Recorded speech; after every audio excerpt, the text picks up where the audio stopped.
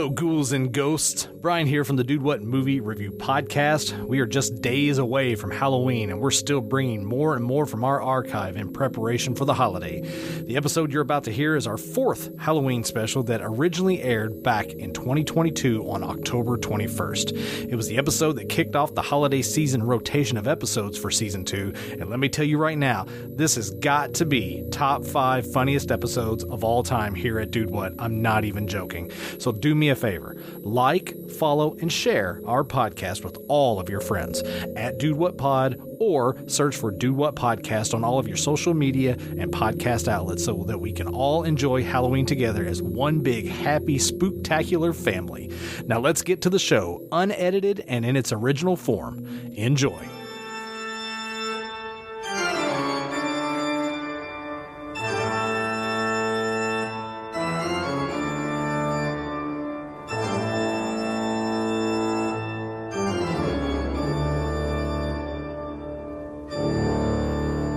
Hey guys, this is Brian with the Dude What Movie Review Podcast. I want to thank you guys for tuning in to our Halloween special. We're looking to have a lot of fun on this episode. We're going to talk about some scary stuff. We're going to talk about some fun stuff dealing with the holiday, cover a movie as well. Also, there's going to be a little bit of a warning language on this one. Not too bad, not too crazy, but if you guys have your kids sitting there on the floor digging through the candy, I just wanted to give you guys a little bit of a warning on that. Look out for that. But like I said, not too bad, all in fun, and we're hoping that you guys will enjoy the show. So thank you, sit back, and enjoy. Dude. Dude. Dude. Dude. Dude. Dude. Dude. Dude. Dude.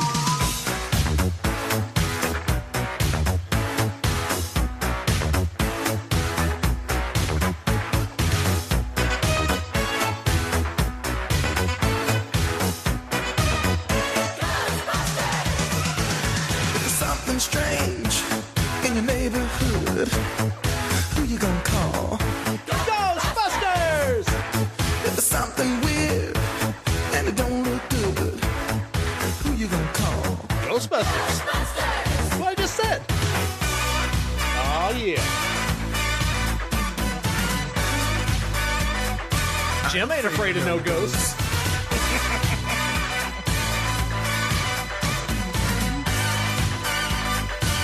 Afraid of no ghosts. Woohoo! That's right. We are not afraid of any damn ghost, Jim Miller. Hi, guys. Welcome to the Halloween special here on the Dude What Movie Review Podcast. Dude, what? What was that? God. We are coming to you from the 2420 West Studios. A very spooktacular evening. Thank you guys for joining us with our Halloween special. My goodness, that was crazy. I'm one half of the hosting squad, Mr. Brian Sumner, sitting across the table from me. I don't know what that was, but he's obviously got something going on in his Halloween trick-or-treat bag. Jim Miller. Say hi, Jim. Well, hello, Brian. Wait. Hello, Jim. That was like a drunken Irishman. What were you going for with that? I want to suck your blood. I don't know. I was trying to go with the... Yeah. Hi, Wow. Jim. Hi. Wow. You can tell I haven't done adult costumes in a long time. So. God. That was supposed to be like a boo. Yeah. A doo. Yeah. What? That was... Didn't Nope. Sure didn't. Did not land that Pretty well. bad. Pretty bad. I do find it funny. There's things that I hear in my head, and I'm like, Yeah, that'd be great. and then it comes out of my mouth, and then you're recording it, Yeah. and it's like, nope, that's not at all how it went out. You know, you think you would have learned after all these years with the Table Scraps episodes You would think. that you would should think. probably not do that. Yeah. Which we'll talk about Table Scraps here in a little while. Because this is a Halloween special. This is. It's one of our holiday specials. We're looking forward to this. I tell you what, Season 2 of our podcast has been very challenging, and it just spilled right into our holiday season. But hopefully we can kind of get that turned around a little bit. We're going to have some fun. And we're hoping you guys are going to have some fun with this. Jim, how in the hell have you been, man? It's been a little bit since we've been in studio. It has been a minute. Yeah. Yeah, man. I'm doing great. Yep. A lot of life changes happening in the Miller home. My oldest just had a birthday. The one thing she kept asking for is she wanted to have her own bedroom. Oh. It was kind of funny because Kylie basically said, look, Nora, you're going to have to talk to your dad. we only had 3 bedrooms, right? So you have 48 kids. yeah, right. And so she came to me with a list one night. Here's my reasons why I need a bed, my own bedroom, and like 3 of the 4 reasons involved her sister. How she didn't like her sister anymore. I was like, yeah, you don't want to lead with that, kid. See her showing up with like a laptop and a PowerPoint presentation. Yeah. If you see the slide here, yeah, this is my sister using my stuff. Yeah.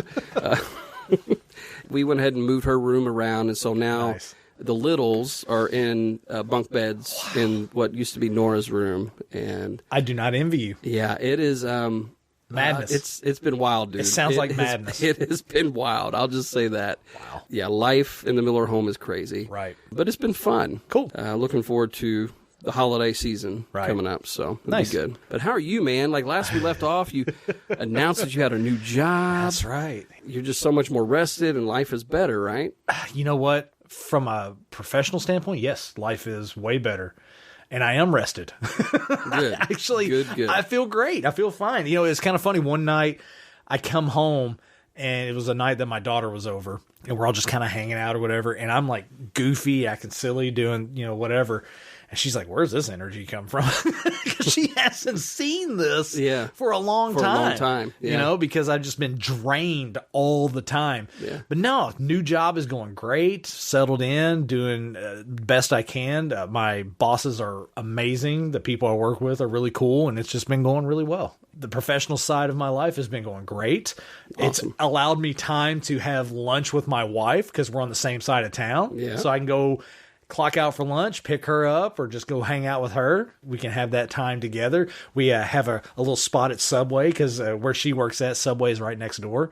And so we go inside and they got these nice big comfy chairs and we sit there. We have a spot there and we get to sit down and interact and spend a lunch together. And it's been nice. So basically you're like a little old couple is what you're saying. You know what? That we wish we were an old couple because unfortunately we still have to take care of our young grandson, Jace, who is 2 and just insane. He's just crazy, dude. Like we took him to Chuck E. Cheese the other night and I think he had a blast. But, we like to have our evenings because we work full-time jobs and it would be nice to have our evenings back. At least a couple nights a week for sure. But other than that, you can't complain. Yeah. It's life. It's our life. So we're doing all right. Are you guys doing anything special for Halloween with him? I think the other kiddos are going to be taking him trick-or-treating. Ooh, that'd be fun. I think that's what's going to happen. I think he's got like 2 or 3 different costume ideas as of right now that he could go. I think we bought him a dinosaur costume so he can go as a dinosaur. But when you put it on him, he's like, don't like it. Don't like it. We took him to the Spirit Halloween and he hated everything. He did not want to be in there. He didn't want any of it. He didn't like any of it. He was scared of all of it. It's because he doesn't know about the candy part. Once he figures that out, I think he'll level out. He'll be fine. He'll embrace it, surely. Absolutely. But anyway, so that's what I got going on. All right, man. Let's get this show going, dude. This is our Halloween special. This is like what, our 12th, 15th, 18th one that we've done? No, it's like our 4th or 5th one. 4th or 5th, yeah. And we always have fun whenever we do the holiday specials, especially whenever we do Halloween, because we love us some Halloween. We do love us some Halloween. We always have some fun with that. So what we got going on with you guys on our Halloween special is we're going to do some fun stuff. We got some fun games. We're going to talk about a spooky movie later. Usually we do a full-on 2-in-1 kind of special deal with our holiday specials with regard to movies. Yeah. Like we'll cram a regular Dude What movie into the middle of a holiday special. We're going to do that in a way, but it's going to be a little bit different. And we'll get to that here in a little while when we get to that segment. But it'll be a lot of fun whenever we do it. But one thing that we're going to have going on the whole entire night on our Halloween special is obviously on Halloween, you get trick-or-treaters, right, Jim? Yeah. So when you hear this noise right here, that would be our trick-or-treaters coming to the door, Jim. And that's going to happen all throughout the night. And that's going to be our Get to Know the Duder segment that you guys know and love here on the show. It's where Jim and I will ask each other questions to kind of get to know each other. And you guys can get to know us as well. But we're going to do it with a holiday spin on it, a little Halloween layer of fun all over that. And that's going to be throughout the whole entire show. So whenever you hear the doorbell ring and it's trick-or-treaters, it's going to be one of us answering the door. And we're going to ask either a trick question or a treat question. And we'll get to that whenever the trick-or-treaters come to the door. So it's going to be a lot of fun. That's going to happen throughout the whole entire episode. So it's going to be a lot of fun. We've done the St. Patrick's Day special. Yep. With the Lucky Charms thing. Yep. There's some people that don't like trick-or-treaters coming to the door. They just want to sit in the dark and drink a bottle of wine or something. Or something a little harder. So if you hear the trick-or-treaters and you're that type of person, just don't answer the door. Just take a drink. Take a drink. Just take a drink. So you can either answer the door or you cannot and turn it into a drinking game. We're equal opportunity providers here at Dude What is what we, it's all about our fans. Hey, everybody looks at treats differently. Yeah, it's a little loose with the terminology there. What's your treat of choice? What's your beverage of choice? But for right now, before we get into any of the trick-or-treating and all that stuff, we're going to kick off the show. Have a little fun here. A little Halloween treat for you guys. We're going to start our Halloween special off with a new game. Do you want to play a game? I want to play a game. We're going to play a little game, okay? I don't want to play. I know who you are. I don't care. But I don't play games. You don't have to win, but everybody plays. So true. Burkel is so true. You don't have to win, Jim, but everybody plays the game. Everybody plays. We have a new game that we're unveiling here on our Halloween special. It's going to be a lot of fun. I'm pretty excited about this. Got to be honest with you. It's a game that we're calling a Hawkins Halloween. And this is something that Jim has devised to kind of get some payback on me for the Name the Tune Studio Edition kind of deal. And I'm going to let Jim explain what a Hawkins Halloween is. Yes. So, for our longtime fans who have enjoyed our Christmas specials, yes, a couple years back, we had introduced a little thing called a Krampus Carol. Mm-hmm. Basically became Jim Ruins Christmas. Right. I'm not going to ruin Halloween, but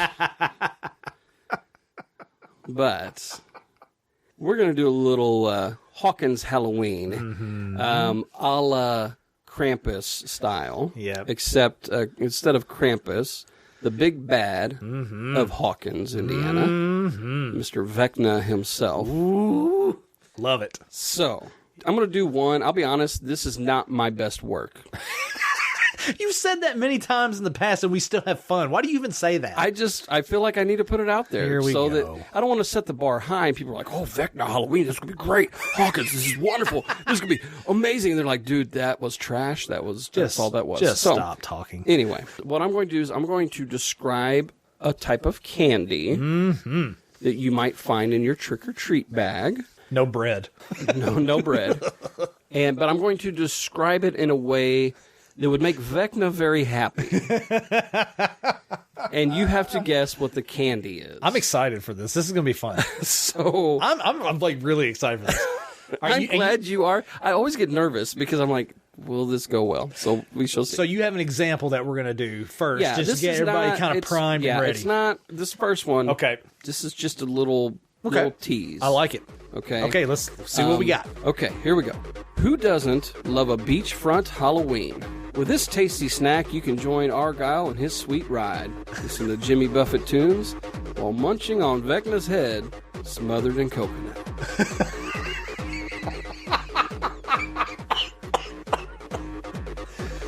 Okay. Vecna's head smothered in coconut. Is this an Almond Joy? That is correct. This is Yes! Almond Joy. Nice. That's hilarious. All right, cool. All right. So I have to give a shout out. Her name is Tiffany. Yeah. And she's a coworker of mine. She was walking by my office one morning. I go, hey, come here. She came in. I go, I have a question for you. Give me some Halloween candies that you think about. And she goes, Almond Joy?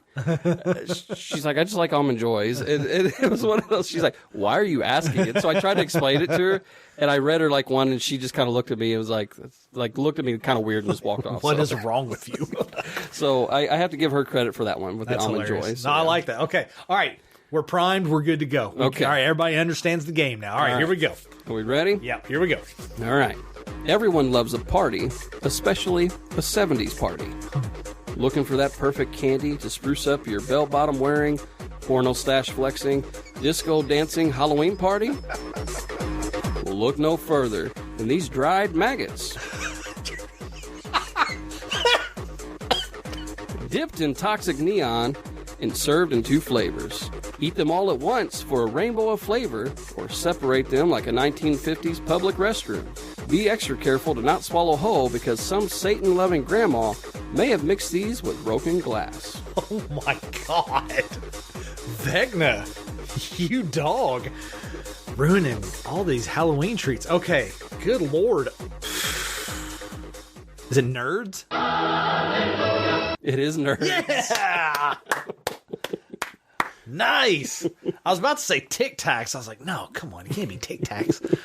That was dark. Right? It was so dark. Once I came up with this, I was like, what would I separate? I was like, ooh. I love it because anybody that, like, finds out that, oh, he used to do, like, ministry and church stuff, Yeah. and then they'll listen to these segments and be like, what the fuck is wrong with that guy? Just go back and listen to one of our Christmas specials where you chose the devil to be on your snowball team. Hilarious. The birth of Jesus. And I'm over here like, Satan, Yeah. gotta help me win the snowball fight. golly. All right. Okay. Tired of living in the darkness of the upside down? It's bad when you're making yourself laugh. I forgot I wrote this part. Much like that bitch Billy, this creamy goodness is out of this world. Layered with soft Nancy nougat and ribbons of sorry, wrong TV series. Ribbons of caramel. This oldie but a goodie will have you probing conspiracies with your old pal Murray.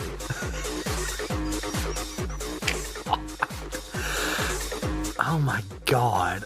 Is this a Three Musketeers? Wrong. No. Damn it. What is it? A Milky Way. That's what I got them backwards. Damn it. I got them backwards. The Nancy Nougat yes, threw you off, yes. did it? Yes. Damn it. Okay. That sucks. That was All good. right. That was good, Nancy Nougat. Okay, this icon candy is more delicious than a night in Mrs. Wheeler's bubble bath. Oh, my. I was pretty proud of that one. I can tell. Just pausing, letting everyone soak in that for a Just minute. take that all in. Take it all in. Much like Hopper's Bingers, these tasty treats can be enjoyed any time of the year.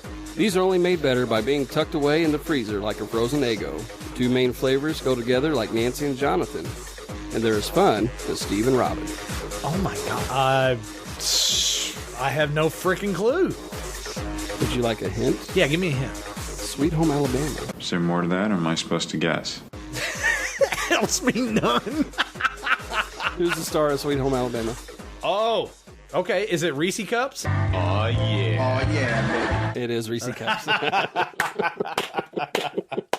Nice. I was like, what the hell are you talking about? I was like, how do I talk about my favorite candy? And I was like, Mrs. Wheeler's bubble bath. That's wow. Wow. Disturbing, I know. That lets us in on a lot that's going on in your mind these days, Jim. All right, you got any more? I've got one more. One more. Okay, here we go. Who doesn't love the 80s? Well, besides Hawkins, that is. So true. These beauties were created in 1880 by some poor schmuck who couldn't hack it as a farmer. I bet his last name was Hess. Between housing Russians and failing at planting crops, he also made this fall treat that would eventually become a staple in every grandparent's home. These bad boys are only made edible by adding peanuts. So stock up on EpiPens and play a little game I like to call Die from Nut Allergies or Just Live with 140 Years of Regrets.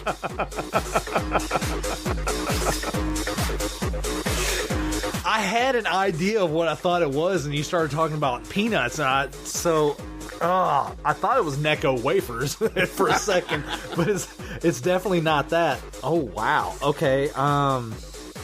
Good God Almighty. Blah, I got nothing. What is it? Candy corn. Oh, come on.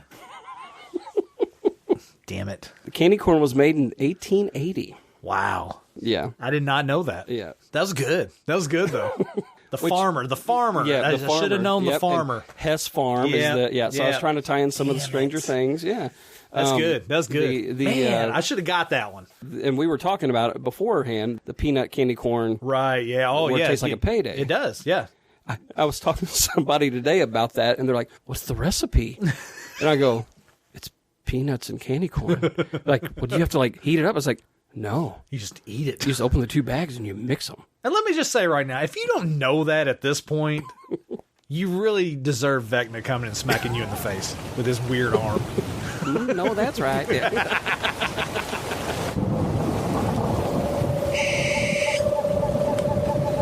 I don't know why you were so like apprehensive, because that turned out to be a lot of freaking fun. I love that. That was awesome. And you stumped me on a couple of them. That was pretty cool. Yes, I'm happy that I did that at least. It turned out really good. I liked it, man. I guess we should go ahead and move on to the next segment. Uh-oh.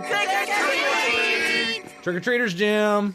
We got trick-or-treaters. All right, Jim, do you want me to get the door, or you want to get the door first? You know, I'll go ahead and get the door. All right, cool deal. So the way we're doing this, we have trick or treat in our little... Jim hasn't seen this yet. Our...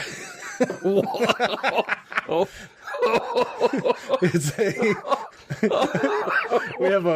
We'll have to take a picture of this. We have a ceramic witch, and her mouth is open really big, and I think this is supposed to be... She's not a witch, she's your wife. Well played, Jim Miller. Well played. When you see the picture, you guys will appreciate that joke. I think it's supposed to be, you put like a bar of soap in, or maybe like a Brillo pad or something. You keep it on the sink. But it's a witch, and so we're keeping in theme here, and we got our trick-or-treat inside of it. Jim cannot stop laughing. So, all right, so Jim's going to answer. It's because I'm a 6th grade middle school boy. You really are.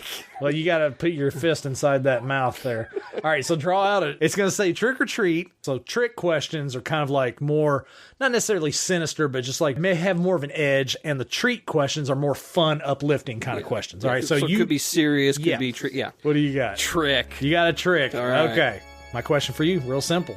Describe your scariest nightmare. Ooh. Mm-hmm. It was a reoccurring nightmare. Ooh, those are the best.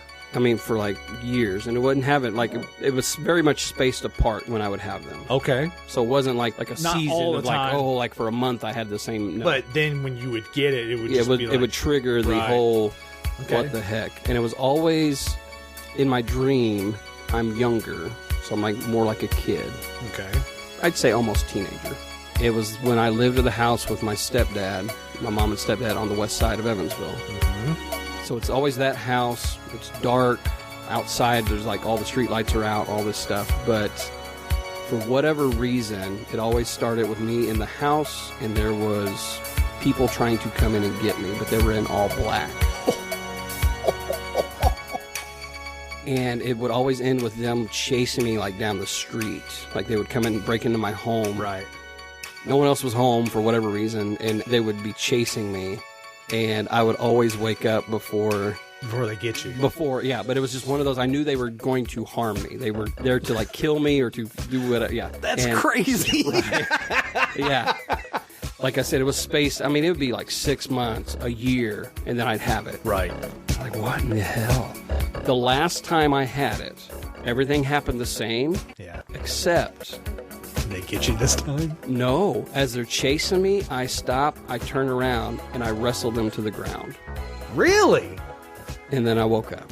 Interesting. Yeah. So I don't know if there was like something internally, like maybe an insecurity that I was dealing with. I would say probably so. You know what I mean? But just the way my brain manifested that was like, what? Wow. Yeah. That's crazy, dude. Dark, though, dude. That is very dark. That's yeah. cool. Nice. Yeah. Cool deal. So, that was our first set of trick-or-treaters for the night. And like I said, that's going to be going on all night. We're going to be answering the door, checking out the trick-or-treaters, giving them some candy, answering some questions about us. We're going to do it all night.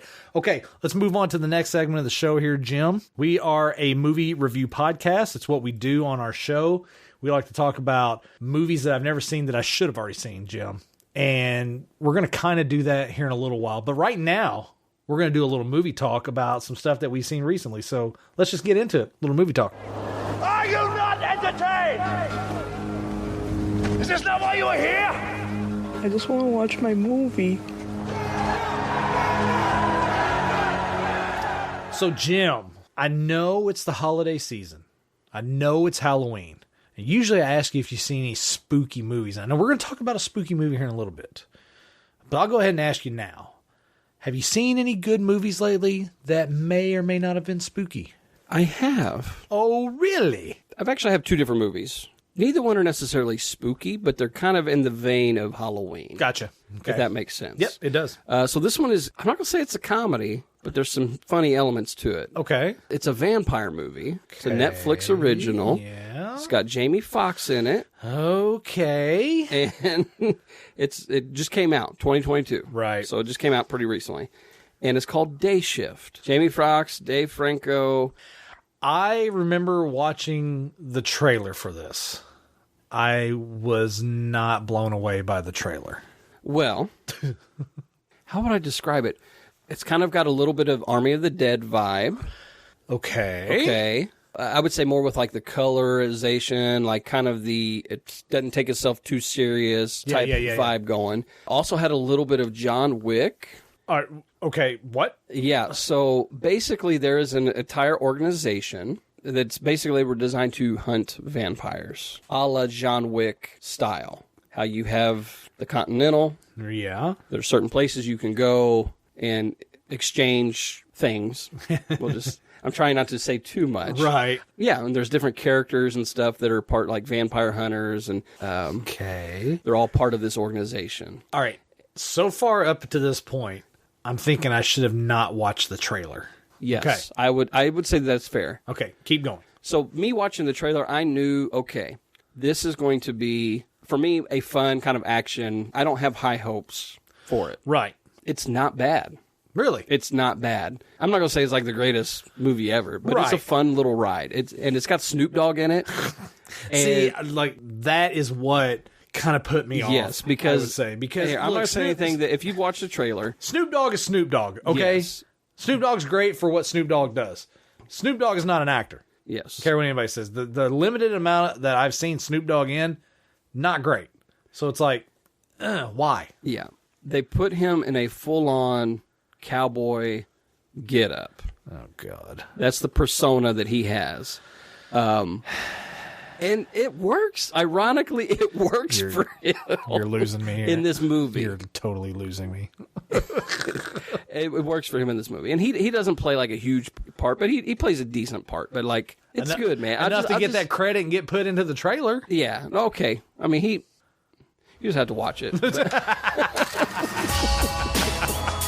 going to be a hot one in Los Angeles. Vampires. They're living amongst us. And all they are is murderers. It's not Eclipse, New Moon, Breaking Dawn Part 1. It ain't like that, all right? Why do you know the names to all the specific Twilight films? What? And what's your gripe with Breaking Dawn Part 2? It's the exciting conclusion of the whole Twilight saga. Murder was the case that they gave me. Yes, sir. Have you seen any good movies lately? I have seen some good movies lately. But I'm going to talk about something different right now. Oh, you know, okay. I don't have any like horror films or spooky films that I can tie into the holiday because I haven't watched it yet.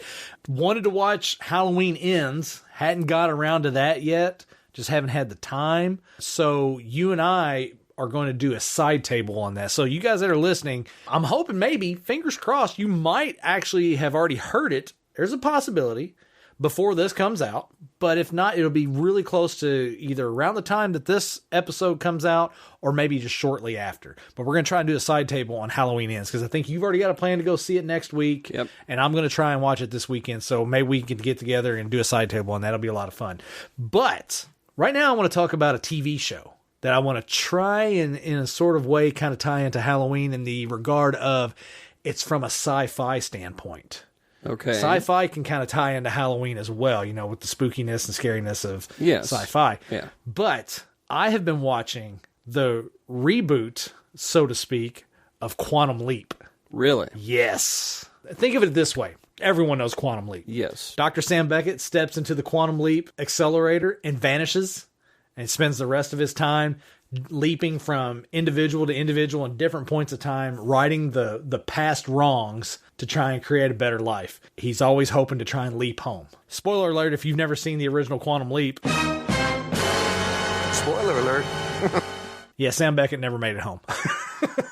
What? So, NBC decided to do a quote-unquote reboot of Quantum Leap.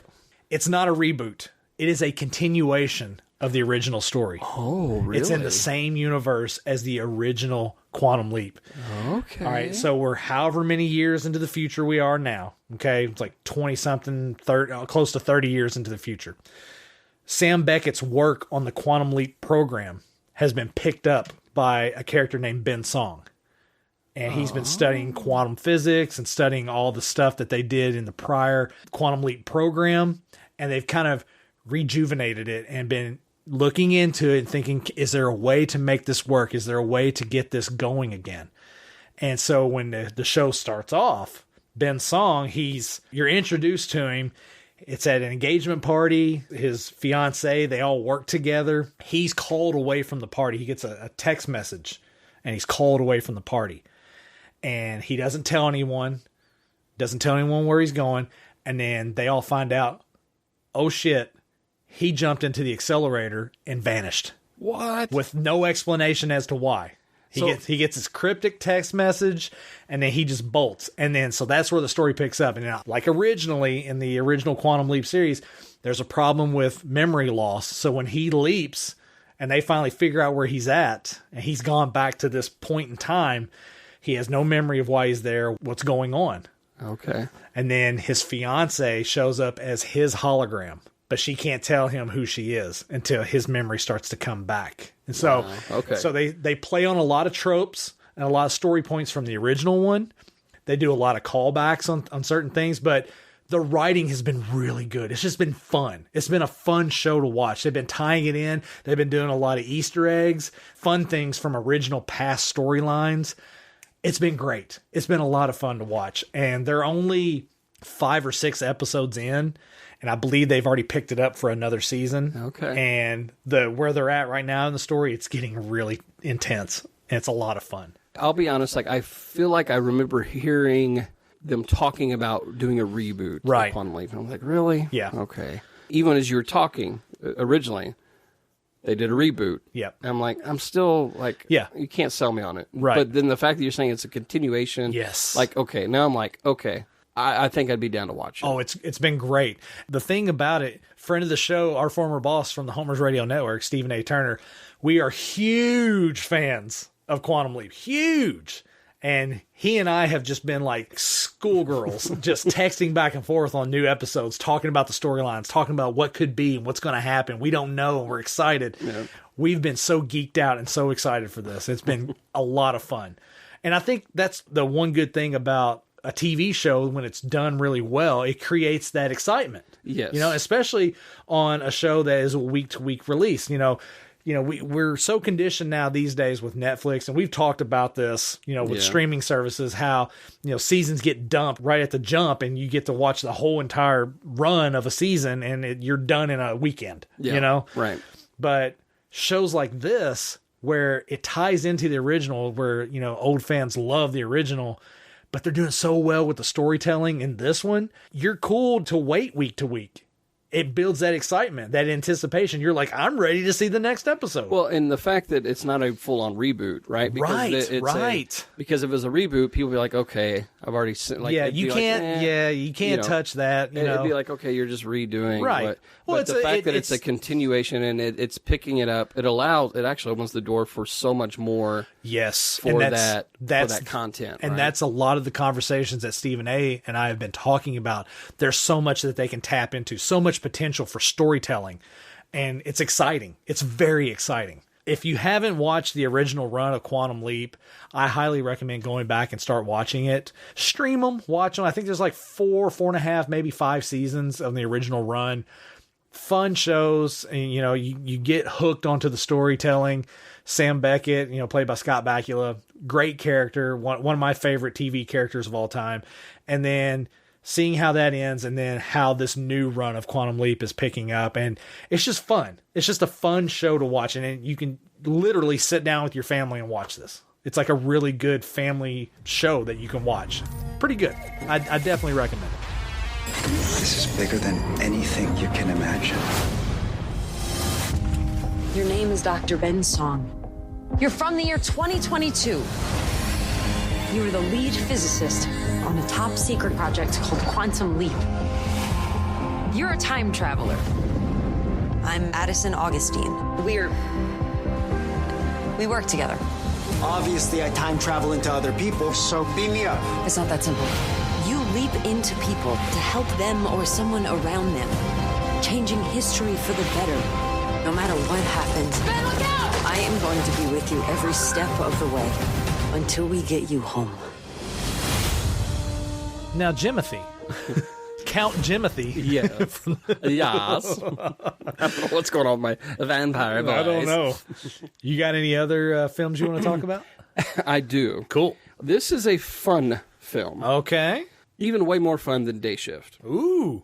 And this is one that, I'll be honest, it came out in 2020. I had heard about it on the Michael Rosenbaum podcast, Inside of You. And he was doing an interview with Michael Rooker. Oh, okay. And Michael Rooker was talking about how he had been working on this movie and it was coming out soon, and like he just has kind of a small role in it, and he was talking about it. That's the first time I heard about it. I saw it on Amazon Prime. Okay. And it's been sitting there for a while. It's free on Prime right now. And this little movie called Love and Monsters. Love and Monsters. Okay, I gotta confess, I have no idea what that is. It's got Dylan O'Brien. He's the lead. A lot of people that are, I would say, maybe more up-and-coming stars. Okay. I'm trying to think of the best way to describe this. This movie reminded me of a movie you and I have talked about. Okay. At least off-air. I don't know if we've talked about it on air. I think we might have. I have suggested it as a film to watch. I can't remember which episode, but I have suggested this film as a film to watch, if it's the one that I think it is. Yes. One Crazy Summer. Yes. Great John film. Cusack. Mm-hmm. It has that vibe to it. Okay. So it's kind of narrated. Okay. Like the main character's narrating it, and he's kind of journaling and drawing along the way. Gotcha. But the whole premise is like, he starts out like he's this high school kid. There is a monster apocalypse. They don't know what happened. There's like a meteor that hit the Earth. Yeah. You know, all of the Earth was like, hey, there's this giant meteor coming. We're going to blow it up because that's what we do. And by blowing it up, it created like all this radiation, and it started changing the world to where monsters became a thing. Okay. And basically this is a story of the guy who, in high school, the apocalypse happens, more or less. He finds himself in a bunker with people he doesn't know. Right. And it's 7 years later. Okay. He had a girlfriend that they had gotten separated when everything was going crazy. Okay. And he somehow makes connection with her, and he is going to journey across this godforsaken land at this point to find her. The whole thing is that he has never been outside of the bunker because he freezes up. I think I have seen the trailer for this now that you've described it. Yes. So it is his journey. Gotcha. I think I remember seeing the trailer and thinking, this doesn't look too bad. I will tell you, because I saw this. It's one of those you watch this trailer, you're like, yeah. You don't know. Right. It surpassed everything that I had expected for it, and then some. Nice. It was one of those that I would watch it again. Okay. It is a lot of fun. Like I said, he's journaling, narrating everything. There's drawings, like where he's drawing in a book, and it's just a fun take on a post-apocalyptic type movie. It's all around just a good film. There's a lot of moments in it that you're like kind of scared. Okay. That you're like, whoa. Yeah. And then there's other moments that you're laughing. It was one of those, like, I was surprised more than once. Okay. There were multiple points that I was just like. So throughout the film, you were kept fresh. Yes. Nice. Okay. And Michael Rooker's character, dude, the little bit of time that he's in it, it's just good. Like, it's just like, I don't know. He plays a really good character. It's freaking Michael Rooker. Right. Who doesn't love Michael Rooker? He plays a really good character. You gotta watch it, dude. Love and Monsters. Nice. Listen to your instincts out here, man. What if I have terrible instincts? You'll die. Super encouraging speech. You made it all this way for a girl, huh? You ever hear the term fool's errand? No, Amy. I miss you so much. We have lost this war. We could still take our world back. You're more of a survivor than I thought. So, Brian. Yes, sir. Talking about Quantum Leap earlier. I did. Got anything else over there? Well, I do have something I want to talk about. I want to talk about a film. It's a newer film. Okay. Netflix special. Netflix original. Mm-hmm. We watched a movie called Do Revenge. I don't know if you've seen the trailer for that or not. It's got Maya Hawke and Camila Mendes. Maya Hawke plays Robin on Stranger Things. Yes. So the premise of the film is Camila Mendes plays a girl named Drea. And she's going into her senior year. It's like this really like ultra prep school, right? A lot of rich elite, a lot of uppity people and all this stuff. She is in a relationship with a guy. And she falls victim to having her text exchange and conversations leaked. And it kind of tanks her relationship and just kind of puts her on a kind of a crap trajectory for going into her senior year. Like all of her friends kind of bail out on her and all this stuff. And it kind of ruins her chance to go forward to, I think she's wanting to go to Yale and she has all these aspirations, but this one instance is kind of wrecked her for a little bit there. Okay. And at the same time that this is going on, there's this new student that comes in, played by Maya Hawke, and her name is Eleanor. She sees a girl that she knew from her childhood that kind of wrecked her life. And so the two of them kind of create this bond about their separate instances that have kind of tanked their social status kind of thing. And so the two of them kind of get together and have the idea of doing each other's revenge. So Eleanor will take care of Drea's problem because Drea thinks that her boyfriend is the one who leaked the stuff, even though he says he didn't. He got hacked and all this stuff. And then Drea is going to take care of Eleanor's revenge with the girl that screwed her up from her childhood. Okay. And so there's this relationship that builds between the two as they both are working on each other's revenge. Okay. And they build this friendship up and all this stuff. And, you know, you talked about being surprised. This is a film that does that as well. I was surprised at some of the things that surprised me, if that makes any sense. Like, it was like, whoa, was not expecting that. Yeah. It was cool. It was just a cool movie to watch. Seeing the two work their storyline, so to speak, on the other side. Yeah. And then building this bond, building this friendship, and just creating some really good story points along the way that you're like watching. You're like, wait a minute, how's this going to go? How's this going to play out? Is it really going to play out the way? Oh my God, it did play out that way. But then this changed. And so you're like, what is happening? What is going on? And it's just a lot of fun. And, you know, and the characters, it could have very easily fallen into one of those cheesy teen, not well written with regard to dialogue and storytelling kind of movies, you know, just like a cookie cutter style teen movie or whatever. This one actually had some attitude, and a little bit of grit to some of the dialogue and to some of the storytelling. And it was just a lot of fun. It was just a lot of fun to watch. My only gripe is, I'm not even going to say what my gripe is because I don't want you to even look for the gripe. Okay. I will just say, if you watch it, then we can chat about it and you can tell me what you think. It also has Sarah Michelle Gellar in it. She has a role in it. She plays basically like the quote unquote dean of this school. And she's kind of like a mentor for Drea, who's the main character.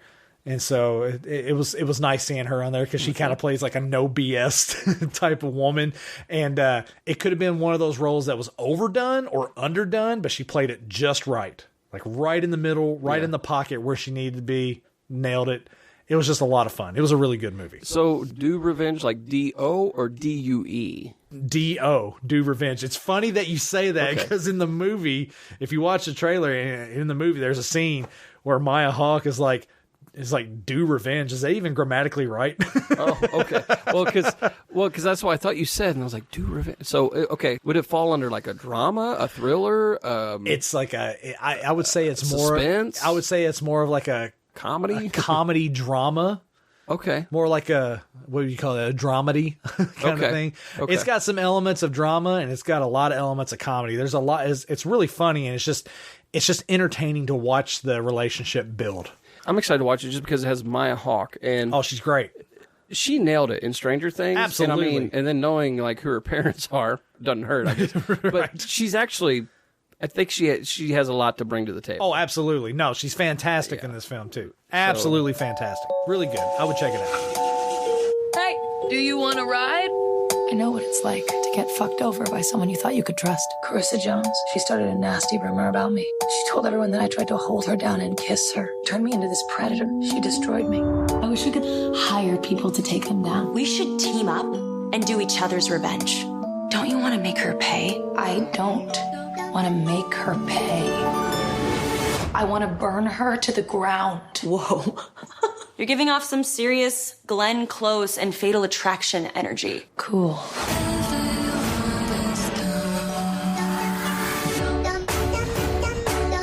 Is do revenge even like correct grammar? Oh, I'm sorry, Schoolhouse Rock. Are you dragging my sentence structure right now? All right, Jim. Had some good movie talk there. A lot of fun. Talked about shows, talked about some movies. I think it's time for us to use that as a way to segue into our next segment. Oh, trick or treat, Jim. It's my turn to get the door. I think so. I am going to answer the door now by sticking my hand into the witch's mouth.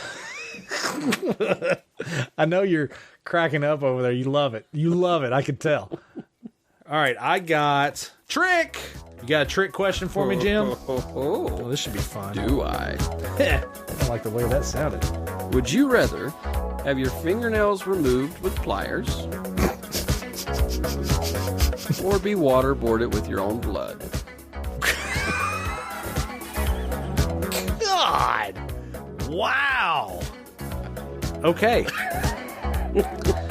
I think that's as dark as I get, by the way. But this is the part of the show where I invite any of you in the audience that are therapists. We're starting a Kickstarter for Jim's therapy sessions. We're going to start a Kickstarter fund for Jim's extended stay at Brentwood in Newburgh.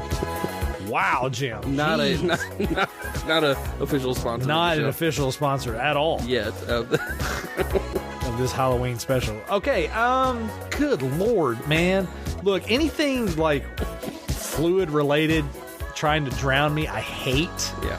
But the idea of the fingernails, right. Good God almighty. I think I would, this is so dark. I think I would probably go with the waterboarded with my own blood, because the idea of the fingernails, I just can't get past that. Yeah. I can't get past that. Yeah, waterboard me with my own blood. Good God almighty. Wow. Yeah, I know. It's dark. It was what? Dark. You said trick, and I was thinking like... What is going on in your brain to make you even think of that? I don't know. It was one of those... I started thinking about horror movies and a Halloween need a special. Hug? And no. They've got the witch here. Nice.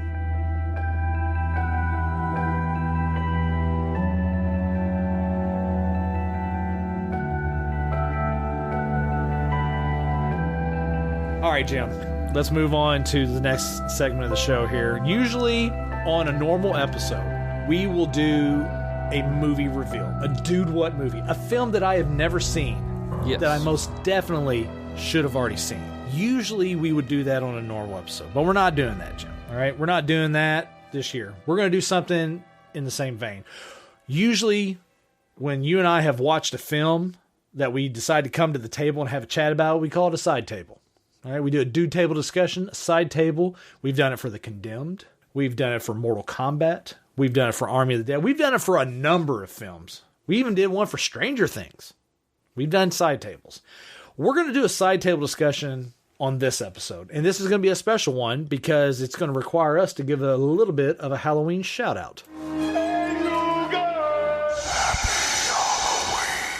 So we're giving a special spooky shout out on this Halloween special, and it's going to one of our super fans, Miss Brianna Linville. Yeah. And the reason why she's getting a spooky shout out is because it's going to tie into our side table discussion that we're getting ready to have about a Halloween related film. She had written an email to us last year, and Jim's going to read that email, and that will give you an idea of why she's getting the shout out and what film we are going to cover. Brianna was kind of late to the show. Right. She started listening with our first official season, but she was also one that went back and binged the whole entire archive. And then got caught up. Right. And so she had sent a couple emails around this time last year, Yep. early part of October of 2021. And one of them was about Robin Williams. Right. And then like a couple days later, she sent a follow-up email. Gotcha. And it just says, I challenge you both to watch the new Carrie. Yes. And discuss how you feel it compares to the old one. Smiley face. Yes. Way back in the archive, season 1, episode 14, we covered the movie Carrie, Stephen King's Carrie. It was a Sissy Spacek film. It was considered a classic. We broke it down. We were critical of it, very critical of it. Brianna suggested, hey, maybe we should watch the remake and do a little comparison. I made the decision last year that for this Halloween special, this would be the film that we would cover. This has literally been a year in the making. You at your house, me at my house, we watched the film Carrie, and here we are. We're going to do a little side table discussion about Carrie from 2013. This is going to be a lot of fun. It stars Chloe Grace Moretz, Julianne Moore, Judy Greer. So actually quite a few names in this film, really. There was. Yeah. I was kind of surprised. Let's just dive into it, man. This is going to be a lot of fun. I'm excited to talk about this because you were talking a little bit beforehand before we came out to the studio, and I didn't know what to make of like some of the comments. I was like, just save it. Just save it to where we get on air. Let's just start at the beginning. Let's start with the casting. First off, Chloe Grace Moretz as Carrie White. Give me your opinions of her performance, just general first impression. Okay, so I liked it. It is definitely a stark difference. Yes. From the original. Yes. Although there are elements for sure. that very much tie in. For sure. And it's because of the look. Like Sissy Spacek has a certain look. Yes. And Chloe has a completely different look. But she captures very much the naive, kind of this sweet, innocent. Right. She definitely had that vibe and that look. Whereas I feel like Sissy Spacek had more of the kind of a creepy look a little more. Is that fair? I don't mean that like... Well, I would say Sissy Spacek's character and like just her overall look as Carrie White definitely tapped in more, I would say, probably to that deprived character. Yes. And I even made the notes that Chloe, she captured the same innocence and presence, whereas I think Sissy Spacek, she had the more, like if you're talking physical appearance, had more of that deprived kind of look. Yeah, almost like... religiously deprived. Yes. Emotionally deprived. Emotionally deprived. There was definitely more of a... so creepy's not... that's not fair, and I shouldn't have said it that way. I apologize. Like, I think the way to that. Yes, I think the way that the character, her look with regard to the character and how the character has been treated emotionally. Yes. She has that creepy kind of vibe to her because she's so off-putting with her physical appearance. Yeah. So like, whereas Chloe like is the idea of her being called Creepy Carrie, right? Yes. Fits more with her persona or with her physical presence as well as the way she was acting. Whereas with Chloe, it's weird. And actually, as we're talking about it, I'm thinking through it right now, and it sounds really bad what I'm about to say. I'm acknowledging that right now. But you almost have a little more compassion for Chloe because it seems there's an innocence still that is being stolen. Yes. Whereas with Sissy, like, you have compassion you feel bad for her, but she's already been beaten down to a point to where you feel like the innocence was already lost before you met her. Right. Whereas with Chloe's character... There's still innocence to take away. Yes. Yes. Is that... No, that's that. I understand that. Okay. No, it makes sense. And you know what? And I think that plays into the storytelling with this film a lot better than the original one. Yes. Because it makes you initially from the beginning, like right off the jump, it makes you root for Carrie. Yes. And then when the things are happening, like it's horrible. Yes. But as she's being attacked by her classmates and stuff like that, both of them were horrible to watch, okay, on that. But there is a sense of... You just feel really bad for her. Yeah. I mean, you feel bad regardless. And I will say, with that scene, they pulled way back, obviously. Are you talking about the shower scene? Just the shower scene and all of that. The opening sequence. Well, let's be honest. Like the original opening sequence with the shower scene, it was like a softcore porn movie. Right. I know it was intentionally done that way to show the shocking, disparity between this teenage kind of look and then the back half of that whenever she gets her period. Right. It still did not play well to me, regardless. Right. Regardless of time. Like, even if I watched it back then, I'd be like, what the hell is this? So I feel like, though, because of that, was so, like, in your face, right? Like, and I remember we talked about it. It was kind of like, yes, whoa, it was what like, the heck? Yeah. I think because of that, it made the intro, that part and that scene of the newer one, it didn't have the same effect as far as, like, because the other one was so impactful and so in your face, whether you liked it or not. Whereas this one, I feel like it was reserved in comparison. I agree. And so it had a different kind of impact, I think, on me. I've definitely felt more sorry, I think, again, because of Chloe's, then just her innocence that's what I was and say. all of that. I appreciated that it was toned down because, to me, the original one seemed excessive. It didn't seem like all that was necessary to telling your story.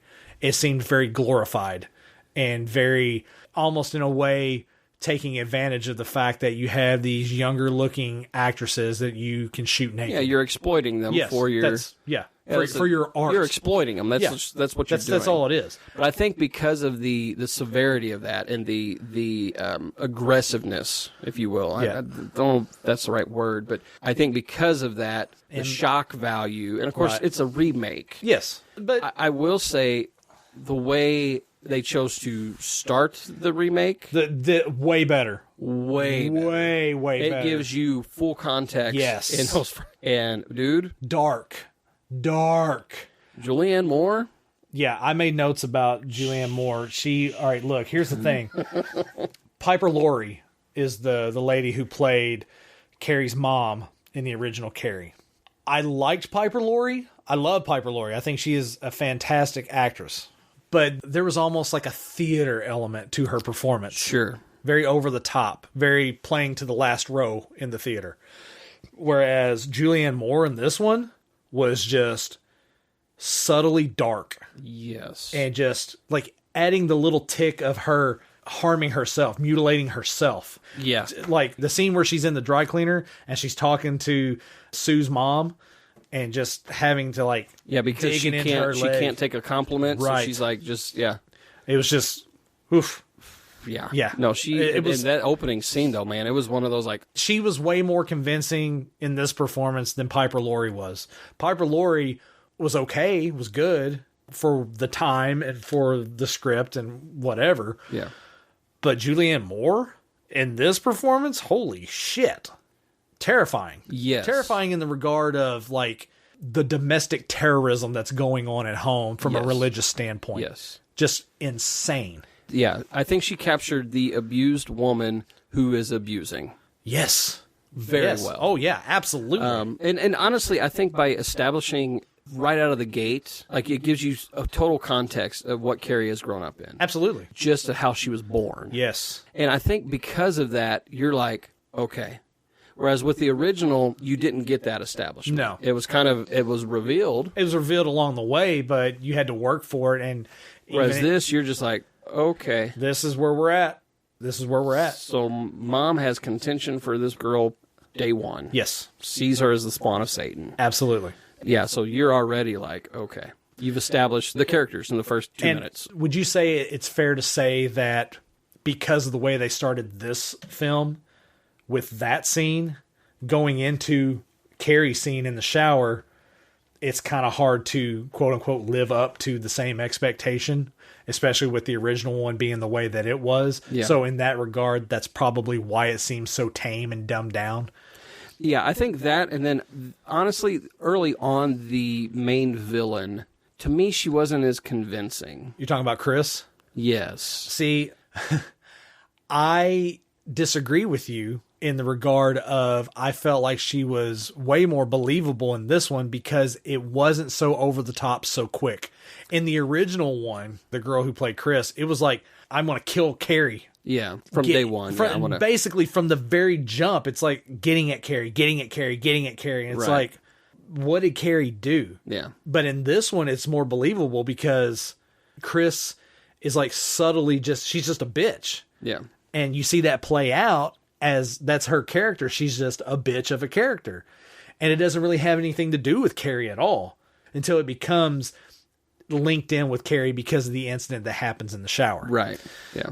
You know, originally in the original one, Chris is just, it's almost like she's like a psychopath. Yeah. Whereas in this one, she just slowly revealed how dark she is. She's a spoiled brat who is a psychopath. Absolutely. Yes. I'll give you that, actually, now that you say that. No, you're right.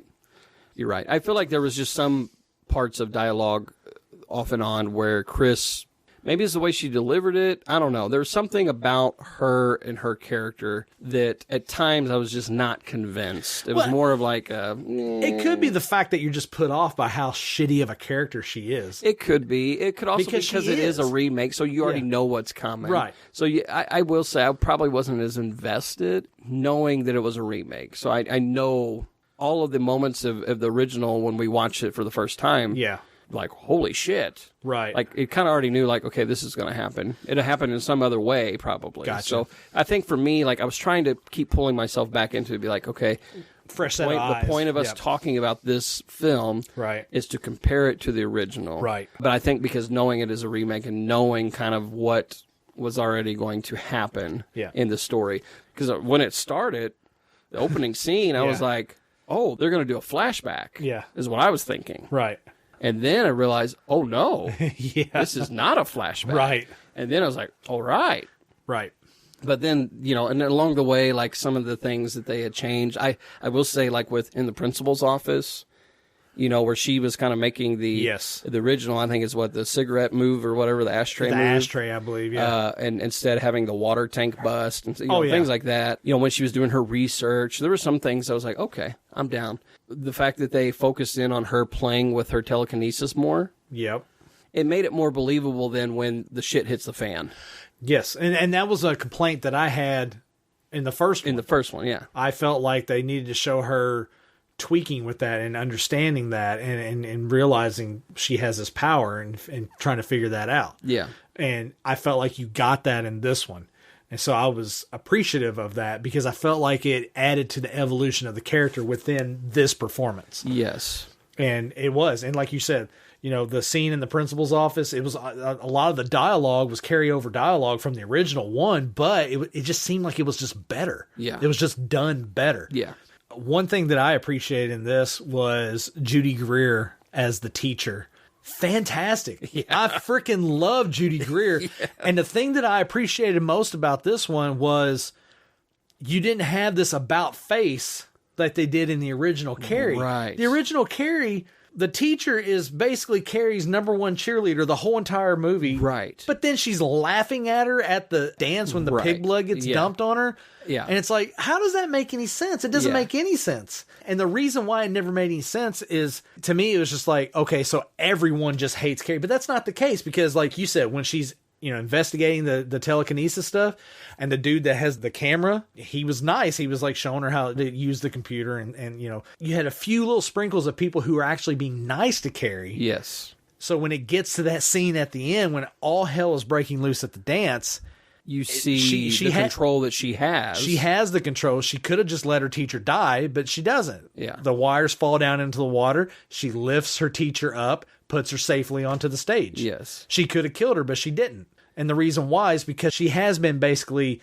her cheerleader the whole entire time. Right. So seeing that play out through over the course of the film made more sense in comparison to the original. Yes. I appreciated that. You know, I just feel like it was just a full-on character upgrade throughout the whole entire thing. Let me preface that by saying, I look at Chloe's performance and Sissy Spacek's performance as two singular different performances. I'm not comparing them at all. It's kind of like the Joker effect kind of thing. They're both playing the same character, but they're both doing their own thing. Yes. With regard to everyone else, I feel like it was full-on upgrade from the original. Yes. I felt like everyone else other than the Carrie character was a full 1,000% upgrade because everyone played the character the way that they needed to be played. It wasn't overdone. It wasn't over exaggerated. It was exactly how the characters needed to be. And then with regard to Chloe as Carrie and Sissy Spacek as Carrie, it's like you're watching two really great actresses pouring their heart out into a performance of the same character, and you're getting two different performances. Right. but they're on the same both plane. excellent. Yes. They're both excellent. Yes. So talking about character upgrades. Yeah. Let's talk about Tommy and dude. Sue, both of them, but Dude. Tommy is specifically. Yeah, I thought the Sue character was a definite upgrade for sure. But Tommy, man, played by Ansel Elgort, that guy, all right, everybody knows that name. He was in Baby Driver. Fantastic actor. Holy shit, way more believable. Totally way more believable. Yes. My only gripe about this film is they still found a way to fit in that stupid montage whenever they're going to get tuxes. But I appreciate the fact that they cut it down. It was like literally only like 10 seconds long. Yes. So it was okay in that regard, but it was still pointless. It was still stupid. I disagree. Oh, okay. What you got? I feel like it played better than the original for sure. Because, absolutely. It played better.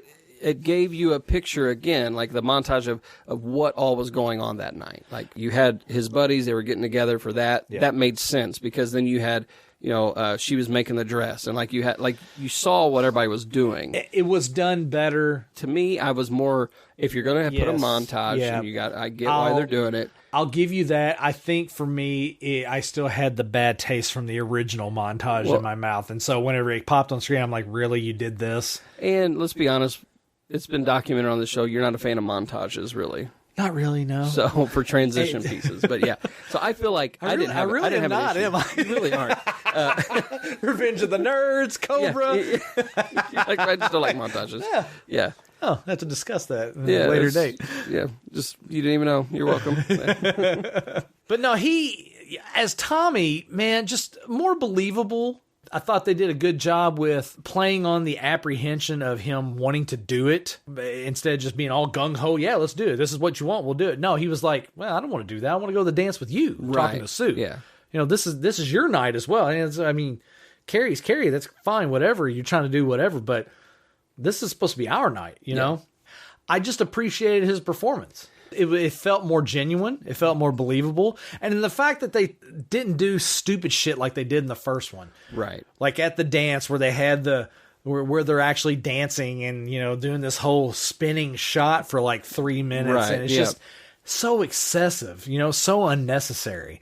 And just the way he handled the dialogue between Tommy and Carrie and just that interaction and just, it seemed more believable. Right, because I feel like in the original, and that was our big pushback on that, if I remember correctly, was did they want to help her? Did they not? Right. It was kind of like it was always left in this, so then when they died, it's like, well, why did he get, okay, well, maybe, and so it was one of those where I feel like he did such a good job. Like you said, genuine was the word that you said. I was like, yes, that's the word, because even like the little shot of the text message, like where he was checking in. Yeah. It was those little things where you're like, okay, this is a good dude. This is a good couple.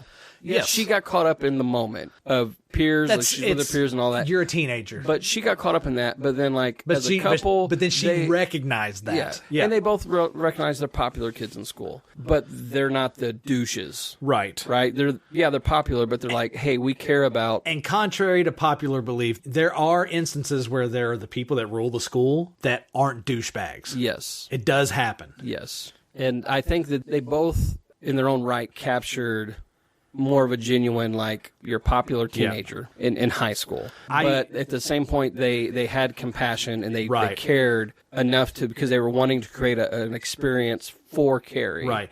And you know what? And you see that genuine nature with Sue when you see her interaction with Chris.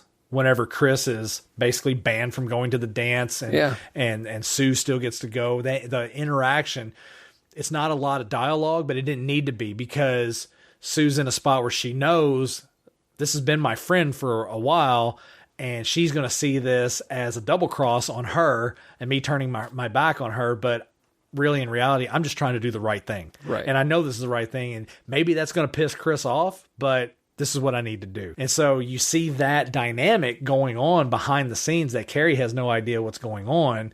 And then that trickles into Tommy and Sue trying to create this environment for Carrie because Sue just wants to basically make amends for what happened. Right. It was more believable, but it was still the kind of thing where it's like, I think I even made the joke on the original Carrie. It's like, just go and talk to her. Shit.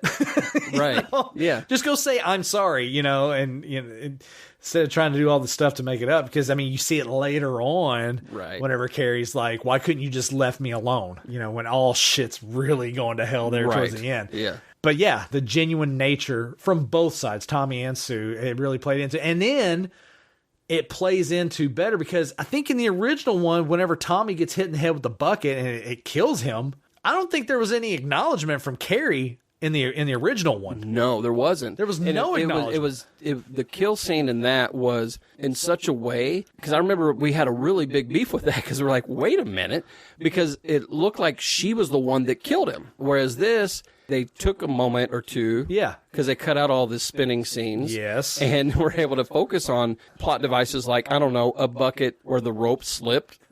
So then you realize that he was accidentally killed. Right. And then that's what actually sparked the anger. So then it made more sense. It wasn't she was just like, oh, not that spilling pig blood is a... Well, it was a big deal, but it wasn't like a... She had already been driven to that point with the pig blood. Yes. But then seeing Tommy in the state that he was in... It was the spark that just... It really ignited the fire that was about to hit that gym. Yes. By them taking that moment for her to acknowledge that this happened to him. Yeah. And being in that moment and feeling the emotion of it, it really drove the shitstorm that was literally about to hit everyone in that gym. Yes, because the way she responded to that, you're like, oh shit. Yes. Even though you knew it was coming. Oh yeah. If you've seen the original, you know what's about to happen. But even then, watching it, I was really pleased with it. I enjoyed it. That whole sequence, it really made sense. With exception to the dude with the camera. He gets killed, I believe, right? With the exception of that guy. Everyone that was nice to Carrie survives.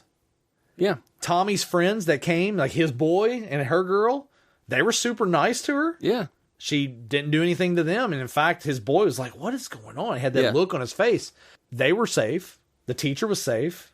She's pissed off about Tommy and she didn't kill Sue. Right.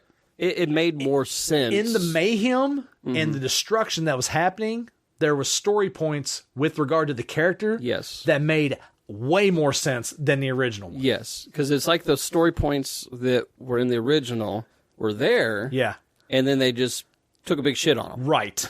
They did. They did. It's like, yeah, okay, cool. She had somebody nice in her life, but no, you're going to kill that one off too. Because the way the original one plays out, it's just full on Carrie rage, everyone dies. Whereas in this one, you talked about that control that she had. She does have control over her power. Even though she's in this enraged state and she just is going to explode on everyone that has wronged her, she still has the wherewithal and the strength in her own power and the confidence in her own power to protect those around her that were nice. Right. With the exception of the dude with the camera. Yeah. Maybe he lived and we just don't know. Maybe he lived. Maybe. Yeah. Maybe. Who knows? But yeah, that whole sequence I thought was great. Definite upgrade. Now, I will say this from the original one that I did love was the cinematography and the fact of all the fire and just the way Sissy Spacek moved through that space. But I felt Chloe did a really good job in capturing that same kind of performance, but in her own way. Yes. And I appreciated that. It's like, I'm not going to do the same thing Sissy did because you can't. That was awesome. Yeah, you can't you just do can't. what she did. Yeah. I'm going to do it my way. Yeah. And it worked. Yeah. It really did work. Even the death scene for Chris.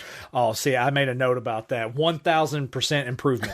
Look, we had a beef about that just because of the camera trick that they did with the whole rolling car thing. It was stupid. It was cheesy. It was dumb. I don't give a shit if it was the 70s and that was the limited amount of technology you had.